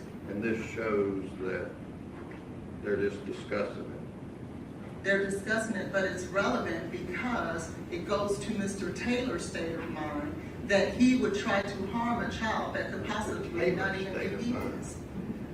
My client, Mr. Taylor, the one who's on the How murder. do these checks have anything to do with him? Because he's asked for a paternity test. My question is, you've asked about discussions with who's the father and things like that. So you're wanting this text to add to that how? Because it says she will be more excited once she determines it's his. So that means she didn't even know if it was his at Okay. the time. All right. And then, does the state care to be heard about whether, do you, Miss Jackson, know what you're referencing? Indiana is the closest place to go if I made that decision? The conversation, I don't remember the whole conversation. It is in part, so I can't give you an answer. You don't know what Indiana may have been. We were talking about her being pregnant. Were there any discussions between you and Miss Benning about her getting an abortion? Not necessarily that being her decision, no. What does that mean? She never said she wanted an abortion. I just Do you told know her if Indiana has anything to do with that? if she were to have made that decision, but that decision was not what she made. Okay.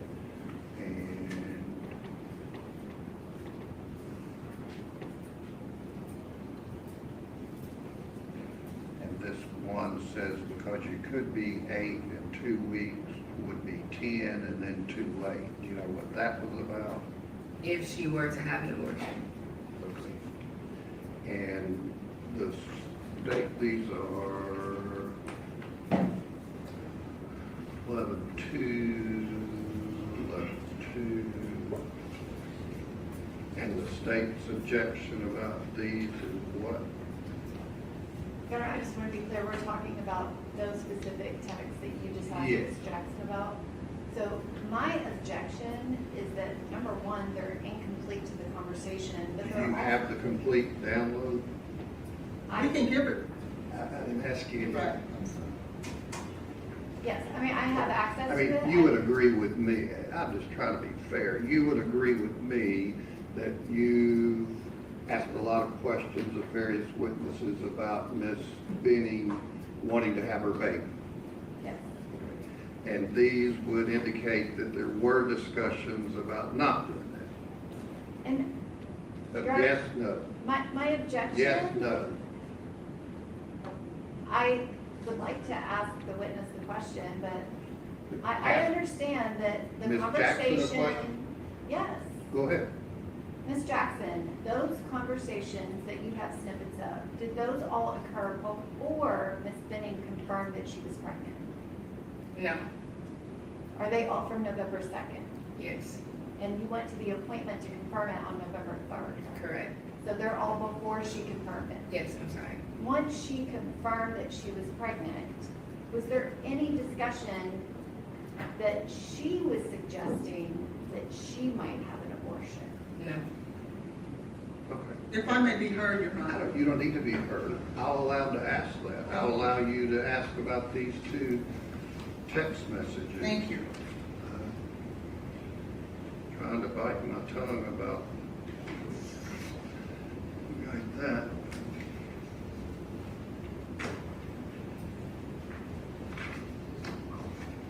And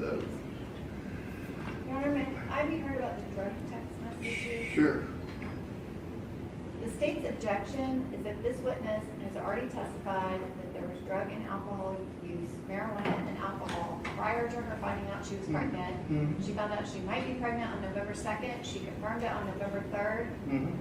Any questions about drinking or drug use prior to that are completely irrelevant. It's cumulative. It's already been testified to, and the specifics of it have no relevance to the trial. They're wanting to argue the jury that she continued to be a drug dealer and may have overdosed on her own unintentionally. Your Honor, those messages are before she knew she was pregnant. Correct. And you can point that out. They want to argue, good thing, bad thing, I'm not going to say, but they want to argue that Ms. Benning may have unintentionally overdosed on cocaine. Now, it is important to note while we're speaking about it, that she also had fentanyl in her system. This lady doesn't. I'm not speaking about that, but it goes to the I don't relevance. need to hear all of your argument at this point. I'm just saying why you think it's relevant. So I'm allowing you to ask those questions, so Thank bring you. the jury back down.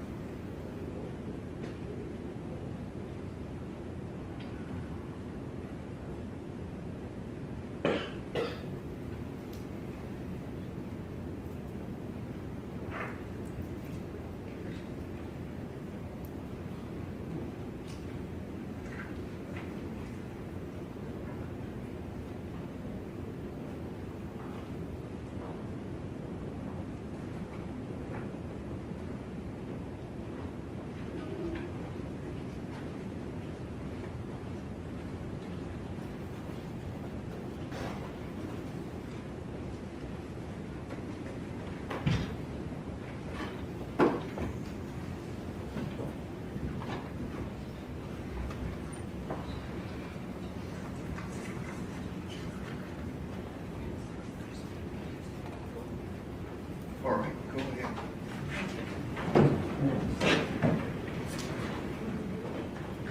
So, Ms. Jackson, during the month of October, it is in fact true that Ms. Benning was in fact doing drugs, was it not? She smoked marijuana. And some other shit, right? Mushroom. And once you guys found out that she was pregnant, you then sent her a text message and said, like, you've been drinking, didn't you? I sent that? Yes. Yes. And what you were doing was calling her out that, oh my God, you're pregnant and you've been drinking. Isn't that correct? No. That's not what you meant by that? No. And it was after that that she no longer spoke with you about she herself doing any drugs. Is that right? Could you ask that again, please? Yes. After that text message that you sent her saying, like, you've been drinking, after that text message, she no longer sent you a text message about drinking or doing any drugs. Is that correct? I don't recall. So she could have sent some after that? I'm not sure. And also, we discussed the fact that you guys had to determine who the father was, and you determined that it was Blaise, is correct? Yes. But there was a time when she took those home pregnancy tests that you talked about. You remember that?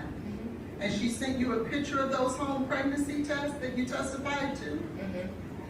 during that time, she herself was considering an abortion, wasn't she? She was not. Well, didn't you guys discuss possibly going to Indiana? In terms of, she wasn't sure what she wanted to do, but abortion was not the answer. We were just discussing as friends, what did the future look like? Well, you were going to go to Indiana to possibly have an abortion. She was going to go to possibly have an abortion, Objection, Your correct? Honor, counsel is mischaracterizing. Okay. You know what that discussion was about? I asked her about Indiana one time. We never went and we never talked about it again. Well, why would you talk about it if it wasn't an option for her?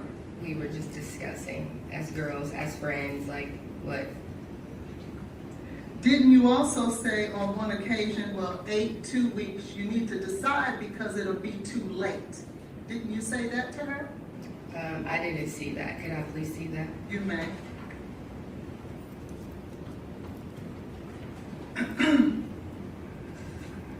Or get that.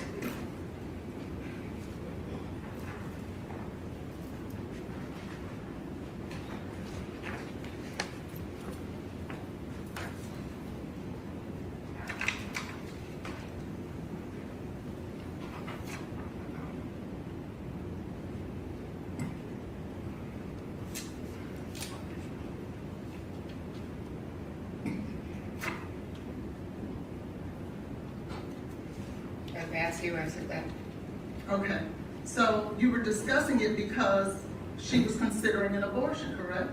We were just discussing. She didn't say she was getting an abortion. I understand, but she was considering it, wasn't she? Objection, Your Honor, she has mischaracterized the witness's testimony. She said she checks that. She doesn't know what Miss Benning was considering. Go ahead. So when Miss Benning then texts you, well, you text Miss Benning, you need to find out ASAP. This is on November the 2nd. She responds, Indiana is the closest place to go if I made that decision. She was speaking about an abortion, was she not? I already said that we discussed multiple options. It wasn't like a definitive answer. Okay. We were just talking. So when Was this, Go ahead, I'm sorry. when Mr. Taylor reached back out to Miss Benning on December 31st, after he no longer considered an abortion, it's no different. It was just different times. Isn't that correct? I'm sorry? What is your question? That's a statement. No, I said, isn't that correct? That's a question. That Mr. When you want Mr. her to Taylor- interpret what Mr. Taylor thought. When Mr. Taylor reached back out to Miss Benning on December 31st, do you remember that? I don't remember the day when he reached back out. It was, I don't know. Do you remember when she told you she went to the park with Mr. Taylor I do. on January the 1st? Yes. And they sat there for 4 to 5 hours and talked? Yes. And after that date, did she ever tell you that Mr. Taylor talked to her about having an abortion after that? I don't recall. So is it your statement that he could have, or you don't recall him ever saying that? Is there messages that I could potentially read about it? I can give you the messages between you and Ms. Benning from January 1st all the way up to February 25th if you would like me to. I'm speaking about this question that you're asking me now. My question is from January 1st of 2023 until February 25th of 2023. Did Ms. Benning ever come to you about Mr. Taylor trying to pressure her or ask her to get an abortion? Yes or no, ma'am? No. Thank you.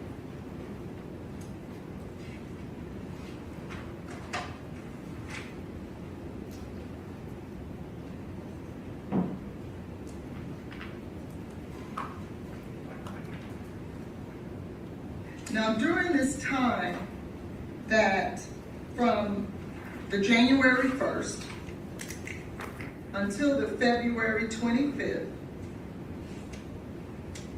isn't it true that you believed that Mr. Taylor was trying to work on the relationship? I can't necessarily speak for what he was doing. Okay, well, did you remember talking to one of the detectives? Saying what again? I'm sorry. That Mr. Taylor was trying to work on the relationship. Okay, yeah. Okay. And that's what you shared with the detective, right? Okay, yeah.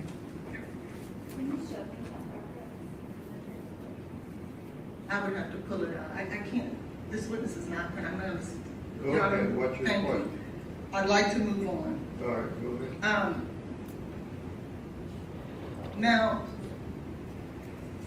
when talking about Mr. Taylor and Miss Benny from February 1st until February 25th, Miss Benny never complained to you in any form or fashion about Mr. Taylor being abusive to her, pressuring her in any kind of way. Isn't that true? Correct. Now, when Mr. Taylor and Miss Benning parted ways on November the 6th of 2022, it was Miss Benning who sent the text message to Mr. Taylor that they should go their separate ways. Wouldn't you agree? Not initially. So are you saying that Mr. Taylor wanted to part ways first? He made mention of it Okay, and when did he make mention of that? when she found out she was pregnant. And where did you see that? Did she tell you that in person or via text, or how did she tell you It that? might be in the text messages, or she might have told, or she probably told me on the phone. Right, because I've looked through the text messages, that's not there. On the phone. Okay, do you want to ask questions or testify? So, when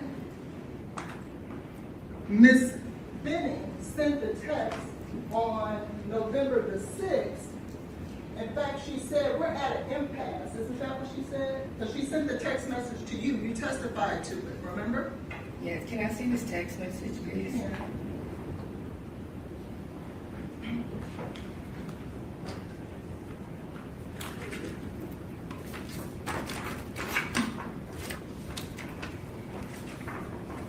Do you need a copy of that November 6th text?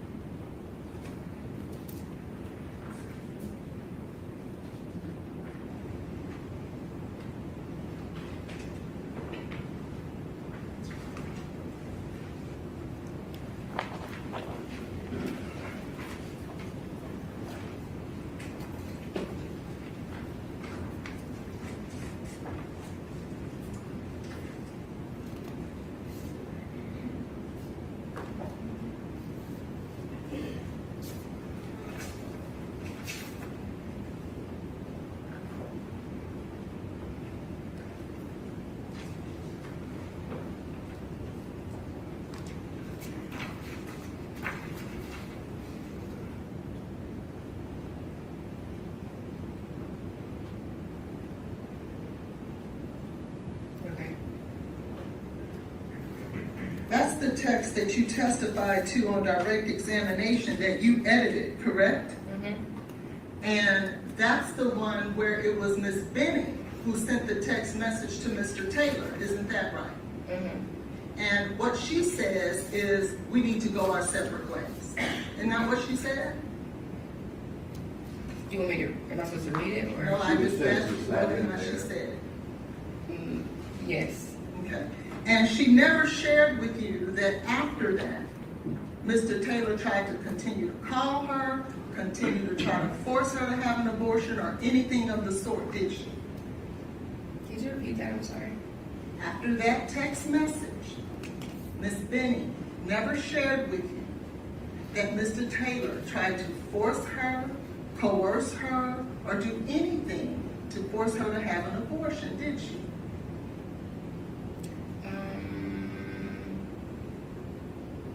No. Okay. Now, let's move on to February 25th. But before we do that, you did state on direct examination that you were willing to be this child's father, correct? Mm-hmm. And you were gonna move in with her to help raise the baby, correct? if need be. And I think, did you refer to them as your babies, her and the baby, Jade and the baby were your babies? When did I say that? I'm asking if you ever referred to them as that. I don't remember. On February the 25th of 2023, you knew that Miss Benny was the one who planned this date night, isn't that right? Correct. And she reached out to you about what she should cook. Mm-hmm. And you stated she should cook the chicken Alfredo, right? Because you wanted some, that's your favorite food, right, from her? It is. Okay. And so she and Blaise were going to do painting with a twist, and she had created this special night for them, right? Mm-hmm. And even though she had planned this special night for her and Blaise, you decided that you were going to stop by with Keontae Mm-hmm. to get a plate. Mm-hmm. And she wasn't necessarily super excited about that initially, right? I can't say if she was or not. Well, didn't you at one point represent that? Well, I bet that girl was saying this bitch. You remember saying that? Not in that way, no. What way was it? Because I said that about Blaise was probably thinking that about me because I came by. But didn't she suggest that she would pack the food up for you to get the next day? She didn't say the next day, Okay, when did you think she meant? that night. And so then you and Keontae then came by, correct? Correct. And when you went there, you talked about that, y'all had a group conversation, talked about future plans, correct? Activities, yeah. Future plans of doing things together. Mm-hmm. And Mr. Taylor was involved in those future plans, right? Mm-hmm. And that he actually invited you guys to stay that night, didn't he? After we left. Well, he didn't invite you to stay and play cards, and you said, no, I don't want to intrude? Not when I was there. Oh, this was after you This was left? when I left. And who told you that? Jade. And so you stated that he then, when all of that was going on, you called it a cute interaction. Do you remember that? Mm-hmm. But you testified on direct that it was somewhat ominous with the black hole thing, right? When discussing the painting. Okay. So just the painting and not Mr. Taylor and his view of it. I'm sorry? So when you were discussing that it was dark, you were only talking about the painting and not Mr. Taylor? I was talking about the painting. Because you actually characterized it as a cute interaction, didn't you? Because we were all talking and we just met him for the first time. Okay. And there was nothing about that evening that made you feel any way about the way Mr. Taylor was acting, were you? Beyond what I said about the painting. But yet you still called it a cute interaction. For her, yes. And the painting, if I could have States Exhibit 1A and B, please.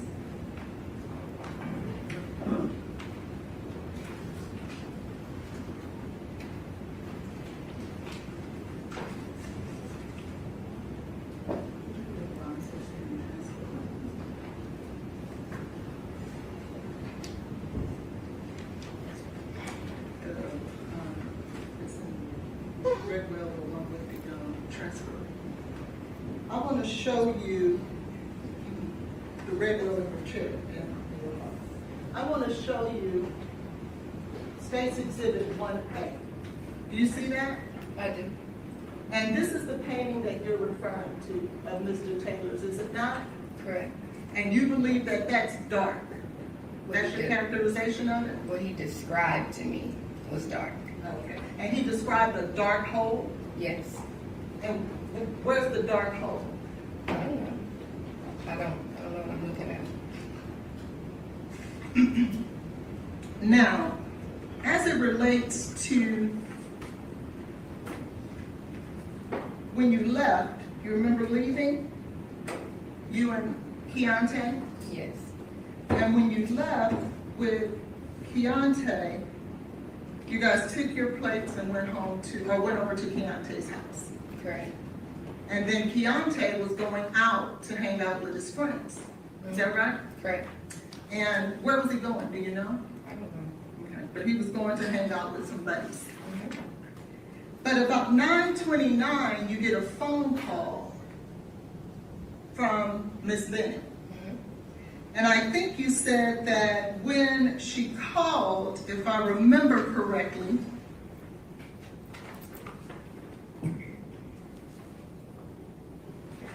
you said that when you picked up the phone, what you heard was, "What did you do? What did you put in my drink?" Is that right? Mhm. And then let me see what's in your pockets. She said that after she said those two things. Is that right? She said those things, correct?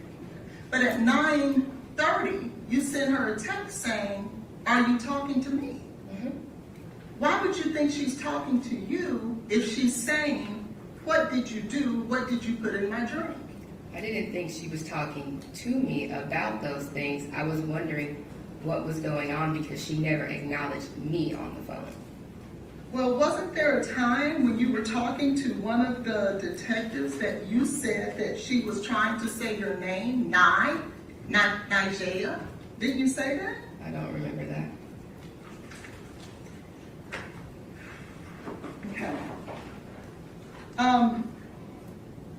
We'll put a pin in that, and after, I believe you said that after that interchange in regards to that, you say that it was something like you've never heard before. Isn't that what you said? Correct. And that it appeared like she was in danger. Mhm. And that you had never heard your best friend in that way. Correct. And that basically she was accusing the man that she was alone in an apartment with for trying to kill her. Correct. You didn't think it would have been important to call 911? It was important to call 911. So why didn't you? I was not there. You didn't have to be there to call 911, did you? No, but I didn't have anything. What was I going to report? What you just said, everything that you reported to those police officers at the hospital, Mhm. you could have reported to 911, correct? And if they would have asked me questions about her physical state, I would have not been able to provide those answers. Well, didn't you say to those officers, she sounded sluggish? Mhm. She said that I can't feel my legs? Mhm. Didn't you say that she said, I feel like I'm about to pass out? Mhm. Isn't that directly related to her physical condition? I was not there to answer any questions that they would have asked me, additionally beyond what I provided for them, if I would have called. But you were so concerned that you stopped what you were doing and you drove over there. Yes. What were you gonna do What was I going to do when you got there? If 911 wasn't called, I would have called 911. I would have rendered aid. You had that opportunity 29 minutes before you got there. Is that a question? Yes, why didn't you do that? We've asked her that.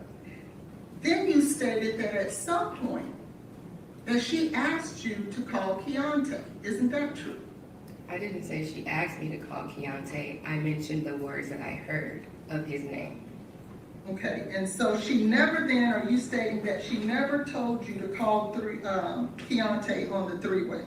No, May I have a moment, Your Honor? Did you ever tell Detective Smith that? I don't recall. Would it refresh your memory if you were to take a look at Detective Smith transcript talking to you? Sure. May I have a moment? Okay.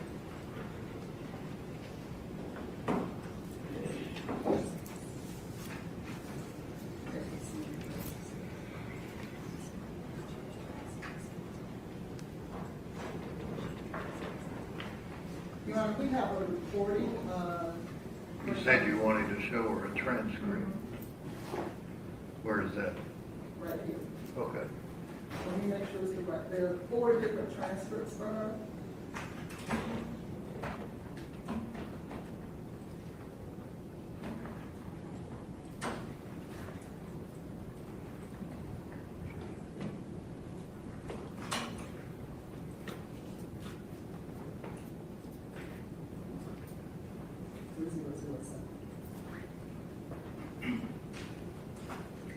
go on until he finds it, Your Honor. So after that, you go on to say, now with Keontae, she really didn't know him, did she? She knew who he was. Well, Mr. Jones testified she had only met him twice. I said she knew who he was. Okay, but she didn't know him very well, did she? No. Did her father live here? Whose father? Miss Jade's Bennings. no. Did her stepmother live here? Yes. Okay. And so instead of calling or her suggesting to call someone that she actually knows a little better, she would ask you to call someone that she's only met twice? Objection, Your Honor, the witness has already said. Yeah, she didn't say that, she did that. Well, you interpret it that way because you called Keontae, correct? Objection, Your Honor, the witness is testifying in a question. The attorney this witness has not said any of that. Do you want to clarify whether this young lady witness was told by Ms. Benning to call Keontae? What made you call Keontae? I heard the word key. Okay, and so you thought that to mean what? She was asking for him Why do you feel like she would be asking for him? because she was scared. That's how she sounded to me. So again, I'll ask you, why would you think, with her being scared, that she would want to call someone she's only known or only met twice? I have no idea. But that's what you did, correct? Mhm. So when Keontae gets on the phone, you then state that he asked Blaise, man, did you do this? Right? I said he asked, what did you do or what happened? Okay. I don't remember that exact verbiage. And so you don't remember the exact verbiage now? I just said what I said. He said, what did you do or what happened or something along those lines, yes. And how did Mr. Taylor respond? He said he didn't know. Okay. He didn't know what happened. Mhm. And so when you finally hear what's going on, you drive over there, correct? I was already on the way over there when she called me. And you were over there because you were on your way over there because you felt like she was in dire straits. And what? Dire straits, meaning she was in trouble. She was, yes. Okay. And so you get over there. Do you call her mother before you get there, given the fact that she was in so much trouble? I called her mother, yes. Before you got there, did you call her mother? Yes. I thought you didn't call her mother until you got there. Is that not right? I never said that. Okay, so when exactly did you call her mother? After Blaise told me he was calling 911. Okay. And so when you got there, you actually, well, before you got there, you talked about at 9:47, you made the second call. I don't remember what time. You don't remember what time you said that you called the second time? I don't remember exactly what time, no. Okay, and then when you get there, in fact, 911 is there, is it not? Correct. The EMS was there just like he said they were. Mm-hmm. And you stated that when you arrived, that he was frantic. Isn't that what you said? I said he was pacing back and forth, like anxiously panicking, yes, that's what I said. And you were panicking too, weren't you? I was. And you were jumping on the back of the ambulance? Were the paramedics and EMT allowing you to do that? They told me that I needed to go to meet them at Vanderbilt. Did they try to stop you from jumping on the back of the ambulance? I didn't jump on the back of the ambulance. I was trying to see through the window what was going on with Jade. And were you getting in the way of the paramedics? No, Not at all. no. And you feel like jumping on the back and trying to look She inside? said she didn't do that. Would you be surprised to know that someone testified that you did? Objection, Your Honor. Counsel is mischaracterizing the If witness you'll just ask testimony. questions instead of testifying, please, ma'am. Now, when you got to the hospital, you had to check into the hospital, didn't you? I did. And when you checked into the hospital, you had to go through a metal detector, I did. and they gave you a visitor's pass, I don't remember. but you did have to go through a metal I detector. did.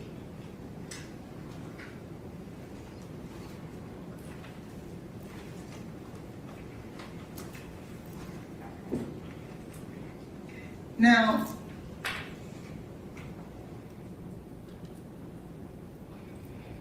when you guys left Miss Benning's home, Mr. Taylor didn't go back upstairs, did he? No, He went straight to the hospital just like you did. correct. So he never had an opportunity to go back upstairs, did he?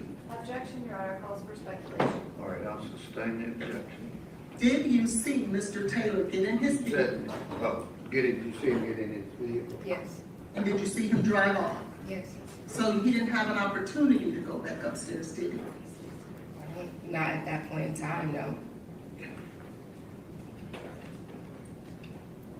You talked about that when he got there, that he referred to Miss Benning as his girlfriend. Is that right? Correct. And you told officers that you didn't believe that they were in fact dating. I said they were not dating They were not dating. But isn't it true that they planned a date night? exclusively, boyfriend and girlfriend. But I thought you just said they weren't dating. Because you didn't qualify it with exclusively, did you? No, You said dating, didn't you? yes, But they were on a date night, isn't that true? correct. And then you testified on direct that she wanted more, correct? I said that? Yes, you did. Okay. Okay. And that they saw each other 2 to 3 times a week, didn't you say that? I said sometimes. And in fact, they had seen each other 3 days in a row that week. I don't remember. I'm gonna object to Ms. Hollins asking her questions, insinuating that she made those statements. Ms. Jackson did not make those statements. You know, she just testified to it. She has not said that they saw each other the last 3 days. That is not. No, I didn't say that. I asked her that. I should be able to ask the witness questions. What, yeah, go ahead. Jury Now, heard when you what- first got to the hospital, it was you who accused Mr. Taylor of doing anything wrong, isn't that true? You said what? It was you who accused Mr. Taylor of doing anything wrong Of doing anything, I don't understand what you're saying. with Miss Benning, doing something to her. I simply told everyone that I spoke with what I heard on the phone. Okay. And do you remember if she said anything like that when Mr. Jones was on the phone? No, she did not. So he never heard what you heard. No, not the beginning of the phone call. And in fact, when Mr. Jones was on the phone, there were no accusations made by Miss Benning. Isn't that true? She wasn't really able to say anything at that point. Well, did you testify that she was able to say some words? Yes, prior to me calling Keontae. So after calling Keontae, you're saying she never said any more words at all? We could hear her, but nothing made sense at that point. But she was saying something. Nothing substantial of anything that we could understand, no. And it's your testimony that you do not remember exactly what time that second phone call was? I don't remember what time that second phone call was. What time was the first call? 9:29, And how long did it last? 6 minutes. And so that would take us to 9:35?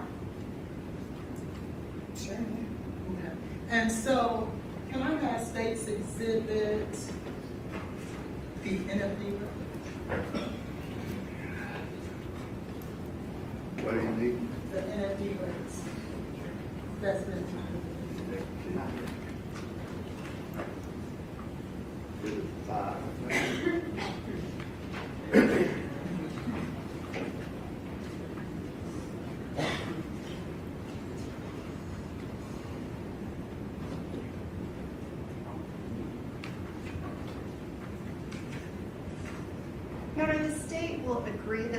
time of, it's Okay, not. let's just see what are you wanting to ask?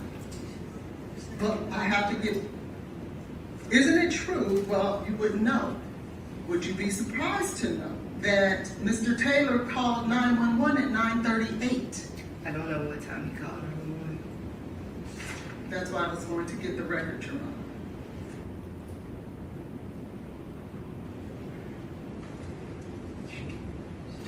If he called 911 at 9:38, you called back a second time, correct? I did. And when you called back the second time, how long did that conversation last? I don't remember. And when you got to his house, you will agree with me that EMS was already there. I did not go to his house. I'm sorry, to Ms. Benning's house. EMS was already there, yes. And didn't he, when you talked with him, didn't he tell you that, I think I hear them outside? He said I hear sirens or something. Yeah, he may mention that he heard something. And that would have been on the second call, correct? Correct.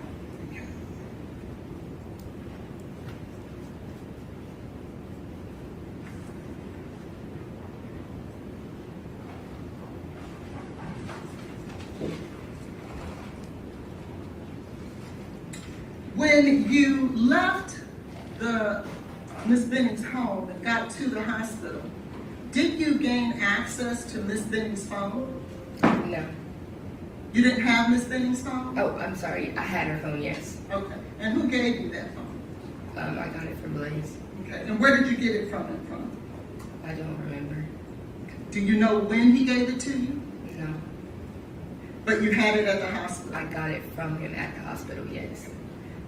Can you tell the jury about how long it was before you got the phone? Was it an hour, 2 hours? Do you even know?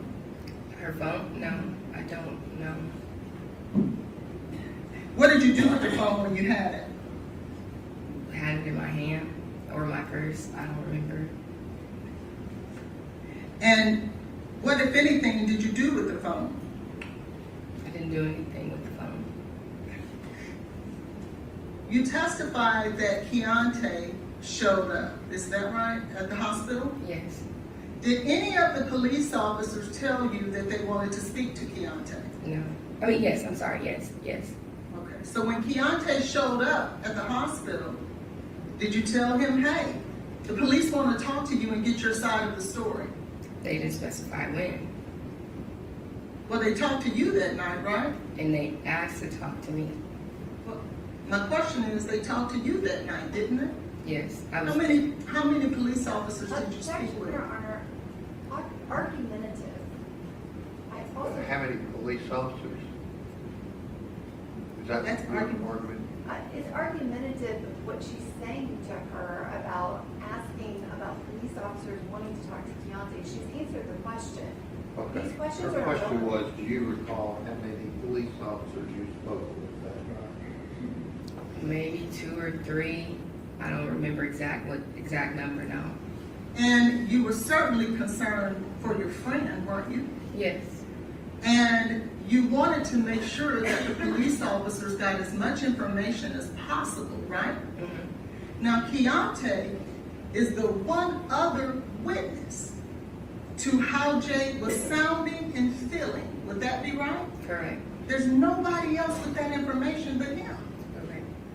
You didn't tell him, hey, go inside. Tell these police officers what happened. You didn't do that? No. Why not? I don't know. I don't know. Don't you think that would have been important? They would have said something to him. I'm sorry? I said if they wanted to speak with Keontae, I feel like they would have spoken with him. You didn't feel it was important enough to tell Keontae that night, but you did feel it was important enough to accompany Miss Franklin to Miss Benning's home and to remove evidence out of the apartment. Is that right? What's the question? You didn't feel that it was important enough for the only other witness to Miss Benning's situation, medical emergency, to go talk to the police, but yet you felt it Question, was Your Honor, important. she has answered that question. She asked me to repeat the question. You asked the question No, I have after not. that, and you went back to the one before. Did you tell Mr. Jones to stay and talk to the police? I did not tell him to That's- stay. But That you was- did go to the apartment. Yes. Okay. And when you went to the apartment, you had spoken to 3 officers, 2 to 3, is that right? I don't remember how many I spoke with, but I spoke with officers. And surely you knew, because you told them everything that was going on, that they were going to investigate, correct? Correct. But yet you felt that it was on you to do the investigation. Is that right? No. But you went there before the police went there. Objection, Your Honor, she answered the question. Okay, she went there before the police went. Why did you remove evidence? Because according to you, that's a crime scene. Why would you remove evidence from a crime scene? It was not a crime scene when I went there. There was no one that told me I could not go, so I went. Didn't you accuse Blaise of a crime? I told them what I heard on the phone. Well, let me ask you this. If you believe that Mr. Taylor put something in Miss Benning's drink to cause harm to the unborn child, would that be a crime? Yes. And you didn't believe that was a crime? I did believe it was a crime. And so you're gonna do the investigations for the police instead of allowing them to do it? Sure. And remove vital evidence from the scene? What did you do with it? I didn't have anything. Who had it? I moved the camera. Okay, so let's talk about that. You moved the camera. I did it. The camera had the potential to video or record Mr. Taylor doing anything that Ms. Benning was accusing him of. Isn't that true? Yeah, yes. So why would you move the very thing that could have recorded him? Because it was not in the location where she had it at. And isn't that all the reason more to leave it there so the police can see that it was in a location different than what it was? Sure. Yeah. So why'd you move it? Because it was not where it was supposed to be. And if he did come back to her place, we would have seen that. You also would have seen if he did what you said that Ms. Benning was saying, they would have seen that. Isn't that true? Yes. Which one would you think would be more important to preserve? What he did according to what you said Ms. Benning said he was doing, or him coming back into the apartment? Which one do you think is more important? I'm not sure. And so you then moved that camera into the kitchen area. Did you look at it? No, Why didn't you take the camera and give it to the police? I didn't take anything out. You were there when Ms. Franklin took it out, right? Correct. Did you assist Ms. Franklin in taking it out? Objection, Your Honor, she has asked and answered that question. I've never asked that Assist question. her in what? Did she assist Ms. Franklin in removing evidence from the scene? I walked out with her. But you didn't have the comforter? No, Did you see a washcloth there? no, Did you see a glass on the counter? yes, And isn't it true that you stated that Ms. Benning was drinking out of a glass? Mhm. And that same glass was on the counter, was it not? yes. Why didn't you take that? I didn't take anything. Well, you moved the camera. I did not take anything. Well, why didn't you move the glass? It didn't have the same drink in it that she had earlier.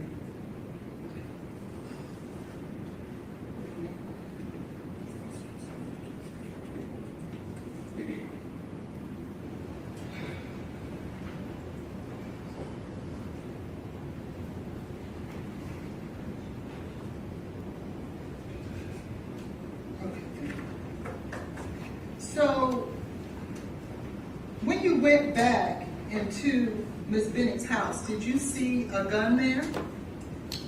No, Do you know whether or not Miss Bennett had a gun there? I'm not sure. I want to draw your attention back to State's Exhibit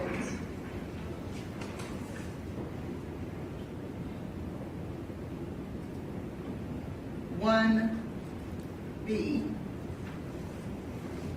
which is the comforter. Is this the comforter that you removed? That Miss Franklin, you watched her remove? Yes, Did Miss Franklin video you guys packing up that comforter? I'm not sure who videoed. Was someone videoing? Yes, Who? I don't know. I don't Well, know. how do you know if you don't know? I know someone was recording, but I don't remember who it was. So, what made you put gloves on? I didn't want to touch anything. You mean with your bare hands? Yes, Why were you so careful about not touching anything, but you weren't careful enough to preserve the scene? What was the difference?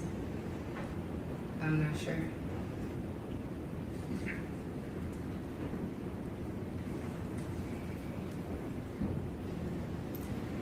When you went to the hospital and you started talking to police officers, did you talk to them about Lauren Weber, who had gone to the apartment earlier that day? I'm not sure. I don't remember. Did you ever share with anyone that you didn't believe that Mr. Taylor stating that she actually vomited was true? Did you ever make that statement? I said he never told me that prior to. And so, were you stating, because this is what I'm asking, when you told the officers he never told me that, were you insinuating that it was not true? I was insinuating when I was asking him on the phone, and prior to me getting there, what happened, what was going on. He did not inform me that she vomited until after we both disclosed our perspective, or not even perspective, what we both experienced that night. And didn't you tell the police officers that Lauren Weber or anyone else had not seen any vomit anywhere in the place? I don't remember. Could you have said that? I'm not sure. How did Miss Weber, when did you talk to Miss Weber that night? When she got to the hospital, What time was that? I don't remember. Was it before or after she went to Miss Bennett's home? I really don't remember. You remember talking to her about what she saw when she went into Miss Bennett's house? I don't remember us talking about it. You don't remember you guys talking about it? Objection, Your Honor, this has been asked and answered. Okay, she's answered that. Let's talk a little bit about the allegations that you made or talked to the police officer about as it relates to Mr. Taylor, okay? You remember talking to them about a cup that was missing. I don't remember. You don't remember that either. I don't remember talking about that. Like, no. Do you remember talking about whether or not he wiped her face or any of those types of things? You said, did I? Mm-hmm. I don't remember talking about any of that. And do you remember whether or not the allegations you made in regards to what he was saying in response to what you were saying? Remember you said he didn't say anything? Objection, Your Honor, she's mischaracterized the witness's testimony. Your Honor, may I respond? What are you talking about? Do you remember that when you were talking to the police, and in fact, you just said it on direct examination. You said that when the accusations were made, Blaise didn't say anything to you. Do you remember that? To me on the phone? Just here today, ma'am. No, I'm saying, are the accusations that he did not respond to, are you saying that in regards to the phone call? Yes. No, yes, no, he did not. He did not say anything. He said he didn't do, he said he didn't know, he didn't do anything. Right. He said, I didn't do anything. I don't know what's going on, right? Correct? He asked you if she had an EpiPen. He said, I don't have anything in response. According to you, he says, I don't have anything. And it's your testimony that in response to questions being posed of him, he said nothing. I mentioned that. So why would you characterize it as he didn't respond? I said he did not, I already said what he responded to. When Jade said that he was scaring her, he responded that she was scaring him. When she asked to empty her pockets, let me see her hands, he said he didn't have anything. I already mentioned that. And then you said, you also said that he would never FaceTime me, right? Well, if he was busy tending to Miss Benny and or trying to get to 911, the emergency people, would you be more concerned with him caring for her or FaceTiming you? I asked for him to FaceTime me before he told me he was calling 911.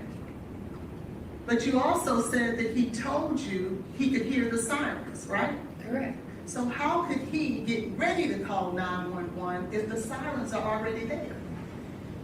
I don't know. But that's your testimony. What's my testimony? That he said, I'm about to call 911. Yes. And that was on the second call. Yes.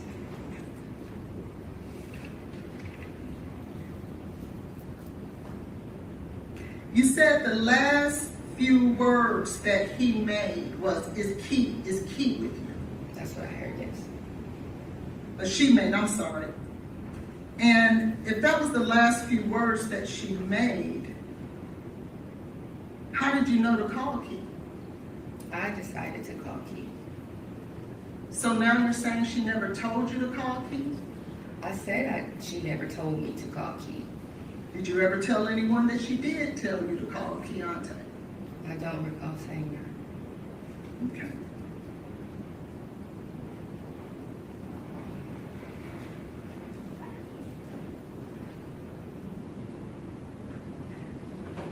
You stated on direct examination, he wasn't giving me anything, right? What did you mean by that? As I was asking him what was going on, what happened, he never had anything to tell me. Now, didn't you say that he told you that they danced? That was at the hospital when he told me that. So then he did tell you something. When I made that statement, I was saying in terms of when I was asking him what was going on, he didn't give me anything. Wasn't he in the middle of a medical emergency? Yes. Okay.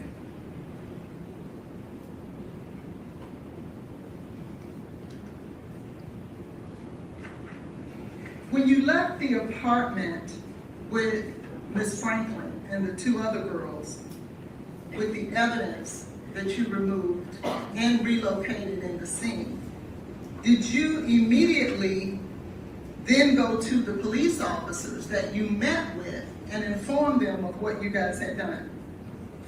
I don't remember.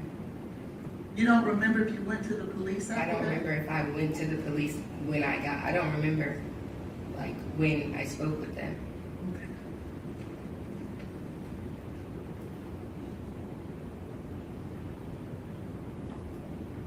And who told you, or how did you come to the decision that you were going to participate in going back to the scene? I did, And why was that? because nothing was being done about what was going on. So even though you talked to those 3 officers as they were getting your statement, right? Mhm. So you didn't talk to 1 officer. You didn't talk to 2 officers. You talked to 3, right? Correct. But to you, nothing was being done. After I talked to them, no. And so you were gonna take it upon yourself to play Objection, Your police. Honor, this has been asked. Okay, I'll sustain the objection.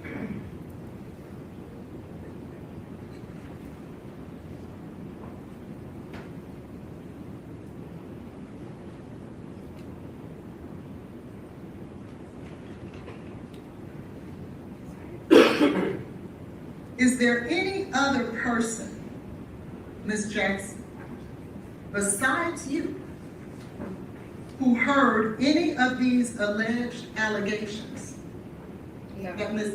Sorry. that Ms. Benning made? No. Is there any other person besides you and the other 3 women that went into that house that manipulated evidence from the scene? Can you say that question again? I'm sorry. Are Does there- she know of anyone else that went into the apartment? Yes. Do you know of anybody else that went in? No. Well, I thought you knew Ms. Weber went into the scene. Oh, yes, she did. I'm sorry. I'm And sorry. what did she remove out of the scene? Objection, Your Honor, she has a lack of personal knowledge. Sorry, I'll Can she sustain. respond to that instead of the prosecutor? I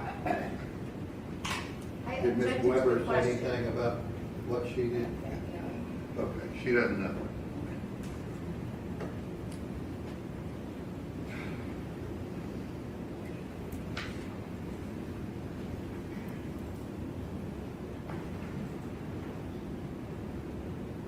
If I could just have a minute.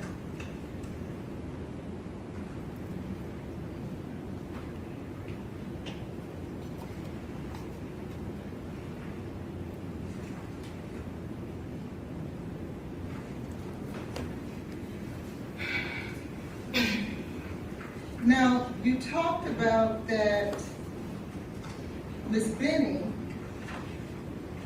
did not post about her pregnancy on direct examination. Do you remember that? Correct. And you stated that that was something that she wanted to do, right? I'm sure she would have liked to. Okay. But she didn't, right? She did not. What are you insinuating when you say that she did not post? I'm sorry. What did you say? What are you Why is insinuating? somebody saying anybody about insinuating? Because the question was asked on direct examination that Ms. Benning was, although she was very happy about her pregnancy, she would never post on the internet. And the insinuation was made that it was a Nobody's insinuating, she's just answering the questions that she's asked. So if it's- rephrase your question about insinuating anything. Why do you feel that Ms. Jackson did not post about her pregnancy? I feel, I'm sorry, why Ms. Benning didn't post about her pregnancy? I just feel like she was trying to, deal with whatever was going on between her and Blaise, and he made it very clear that he didn't want anyone to know about him being the father. Now, wasn't Ms. Benning dating other men? She was talking to other people Okay. Isn't Jarius Porter one of those men? at a point in time.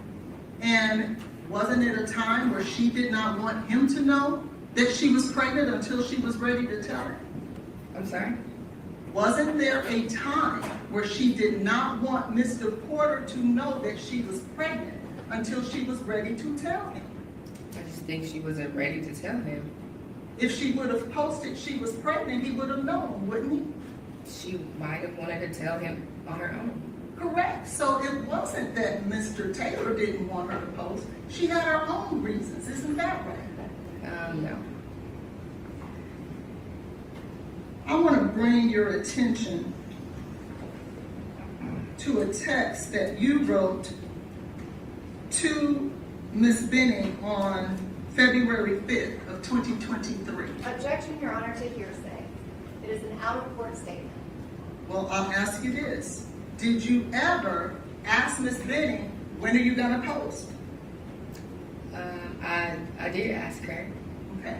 And isn't it true that in her response, it said nothing about Mr. Taylor? I'm not sure. Did I see that?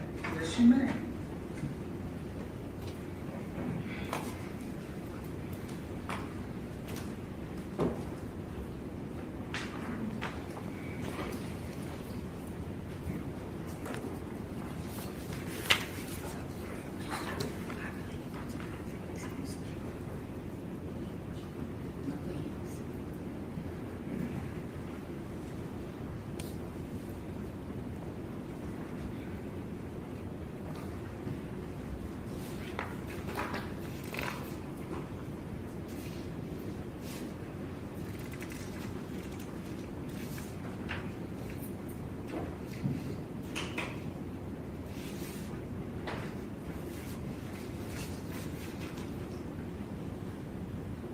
Okay. So I'll ask you again. When you asked her, when is she going to post? Her response had nothing to do with Mr. Taylor, did it? Not this one. Okay, well, I'm talking about this one. No. Okay, are you saying there's another one where she does say that? We've had conversations. Was that in person? Person on the phone, we definitely talked about it. Okay, but in this text message, when you directly ask her the question, she never talks about Mr. Taylor, does she? Not in this text message. Okay.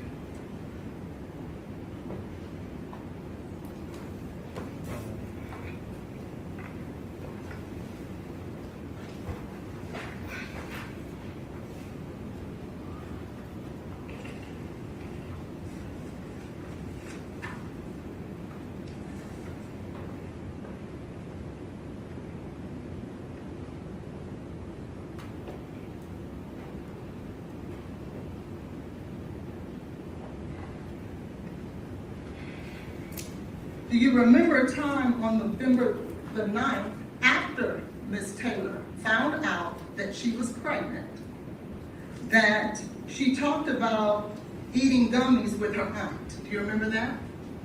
I remember the conversation. And isn't it true that her aunt offered her some gummies after that day? Her aunt did not know she was pregnant. And Ms. Benning's response was, I told her I needed to eat first. Do you remember that? Mm-hmm. Not, no, I'm not taking them. That was not her response, was it? She wasn't, no, it was not her response. So your statement then that she did not do anything after that wouldn't necessarily be true. How does she know whether she did that or not? Yes.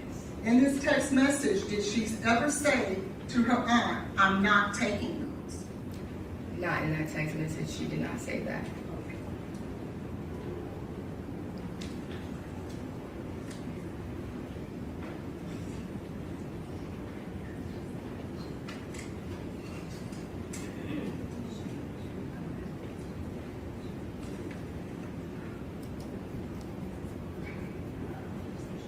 Speaking directly about Mr. Taylor and Miss Benning, did she ever tell you that in any way that he was violent towards her?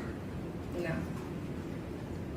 Did she ever tell you in any way that he threatened her? no.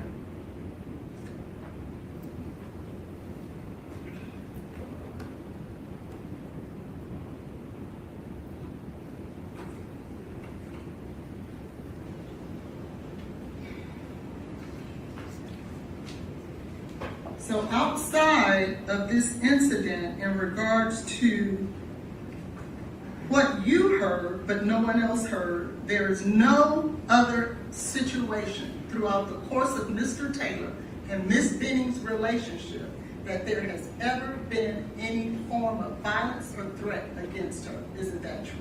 No. I pass the witness. Or does the state have redirect? I do. How long do you think that would be? It will be at least 30 minutes. It could be. Or do you need to take a short break? Yeah, I just want to go to the question. Well, It goes with that gentleman right there. I mean, give me a break. A copy of her transcript interview with Detective Smith from that night.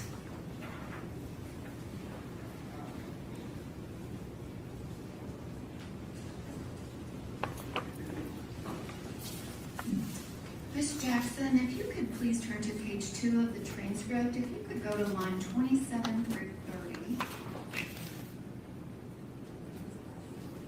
And can you read out what you said about Chianti and anything that Ms. Jade Benning said about Chianti to Detective Smith? Your Honor, I'm going to object to her reading for something that has not been offered into evidence. The prosecutor can pose the question, but to read from something not into evidence is inappropriate. I'm happy to ask it in question format, Your Honor. Go ahead. Ms. Jackson, is it true that you said, it sounded like that, it sounded like I can't even explain it. Like it was like, get here ASAP. And she was trying to say the guy's name is Chianti. And she was like, it's Chianti. But she was trying to say his name, but she couldn't. But I could tell that's what she was trying to say. I'm going to object to counsel testifying and reading the witness. Okay, I'll overrule the objection. Is that what you said to Detective Smith about what Miss Benning said about Chianti? yes, And you never told Detective Smith that Miss Benning asked you to call Chianti, isn't that correct? correct. And you called Chianti on your own, and why did you do that? Like I said, I feel like she was scared. I heard Key, and I was just with her, and I wanted him to hear the way that she sounds. So that's why I made the decision to call Keontae. And if you could turn to page 4 of that same transcript, and if you could look at lines 42 through 47. When you were asked about Miss Benning and Mr. Taylor's relationship after January of 2023, you responded to Mr. Smith, she doesn't send him any pictures, ultrasounds. Like, I just went to her house 2 days ago and the ultrasounds were on the countertop. I get there today and they're gone. So she tried. It's not like she tried to hide it from him, but she... Hang on a second. What is your question? I'm asking her if this is what she said in response In to what terms their of what? relationship was like. Ms. Collins, Ask her. what did you say in response to Detective Smith when he was asking you about their current relationship after January 2023 in that February timeframe? Your Honor, I'm going to object to her. I'll overrule the objection. Have a seat. She has a right to bring up consistent information that you for 2 hours asked her about. But she's not allowed to read from something that's not in evidence. She is on She's direct asking this, examination. have a seat. Thank you. May I have a ruling, Your Honor? The ruling is have a seat. Thank you. Now, what is your question? My question is, can you please answer what you told the detective about their current relationship? I told them that I would ask her if she would send Blaise pictures of her ultrasounds and things like that, and she said no ultimately because she doesn't want to get him all riled up, and she knows that she's not going to get the reaction that she wants from him, acknowledging that, that if they were beautiful or any way that would give compliments to her or her pregnancy. So she described to you if she talked to him about her pregnancy, he had negative feedback. Yes, And were you aware, did he go to any pregnancy appointment with her? no, Were you aware of whether or not Miss Benning asked him to go to the appointments with her? yes, And did she send you his responses? yes. And what were his responses? Pretty much like he was too busy. Did you have any indication that Mr. Taylor was interested in actively being involved in Miss Benning's pregnancy? in February of 2023? I'm sorry, one more time. Did you have any information that Mr. Taylor did anything to be actively involved in her pregnancy? No. And you were asked questions about if there were any discussions about abortion. Mhm. Could you please describe what your discussions were with Ms. Benning about abortion? We briefly talked about it in terms of like, just like I said, girl talk, having conversation, but she never like actually said that she wanted to have an abortion. Did she ever say that she wanted to have an abortion? No. Did she actually say the opposite of that? Yes. And when abortion came up, what was the context of that conversation? She was saying she was not having an abortion. Was there anyone that was party to that pregnancy that wanted her to? Yes. And who was that? Blaise. And did she express that to you? Yes. And what was Miss Benning's response to him wanting her to have an abortion? She was basically saying, I've made my decision of keeping my baby, and there's really nothing you can do to change my mind about it. And is that what ended their communication in November of 2023? Yes. That text message that you assisted her with drafting, was that in response to him wanting her to get an abortion? Yes. And then he completely stopped talking to her. Correct. And that November 16th contact, are you aware that he asked her to unfollow him? Yes. And do you know why Miss Benning was asked to unfollow Mr. Taylor on social media? He said he did not want to see anything about the baby. He wanted no parts. He didn't want to see anything that she posted or any mention of Jade being pregnant on social media. And you were asked about Miss Benning and not posting. Did you know why she was not posting to social media? About the pregnancy? Yes. Yes. And why was that? I think that she did not want to upset Blaise, I guess. I'm not really sure. Like, she just didn't want to cross that bridge with him simply because he made it very clear that he did not want that. Did he in any way claim to be the father of that child prior to that statement he made in the hospital that you testified to? No. And you were asked a lot of questions about drug use and specifically some random text message about edibles. Are you certain of whether or not Miss Benning did any marijuana or alcohol after she found out she was pregnant? Yes. And what is it that you absolutely know about that? She was not. If I can have just one moment.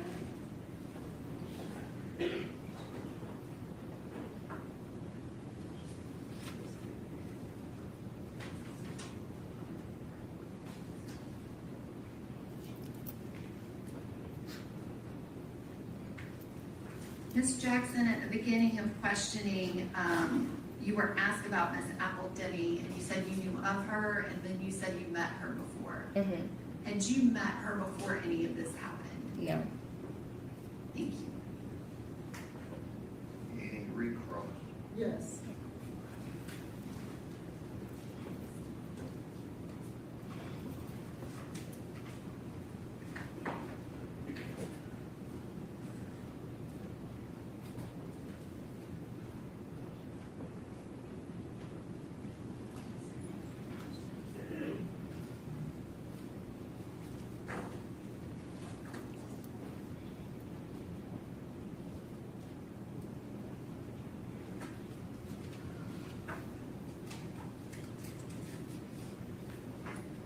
I had asked you earlier, What's your question?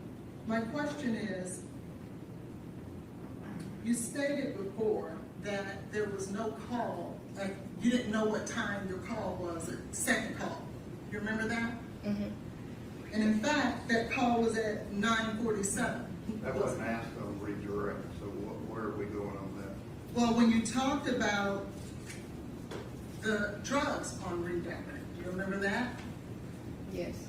And do you remember stating at the bond source hearing, you testified under oath that the only drugs that you and Ms. Benning did was marijuana. Do you remember that? Correct. But that wasn't the truth, was it? Yes, you said me and Miss Benning.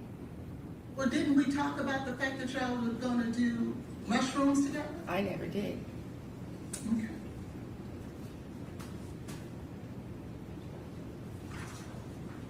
You talked about on redirect in regards to Mr. Taylor's involvement with the baby. Do you remember that? Yes.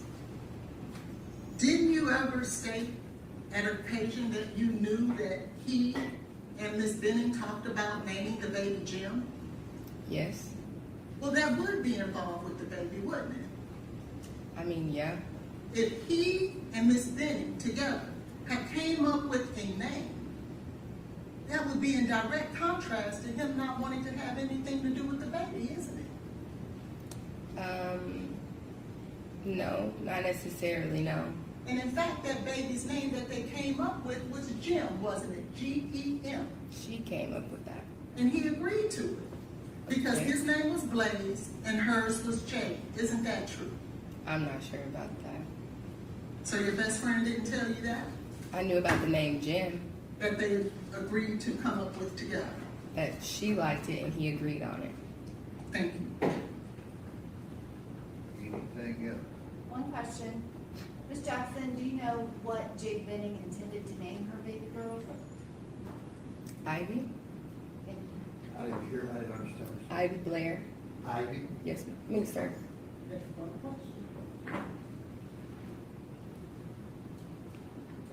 If she intended to name the baby Ivy Blair, then what were you just talking about when you said that he agreed to Jim? You just said she came up with the name of Jim, right? Mm-hmm.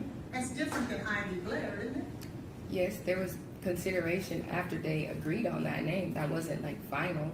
That's just something that they discussed. I just wanted to make sure that what you were saying is that Mr. Taylor was involved in the name of G-E-M, right? He agreed on the name. Thank you. Any other questions? Okay, you can leave that there.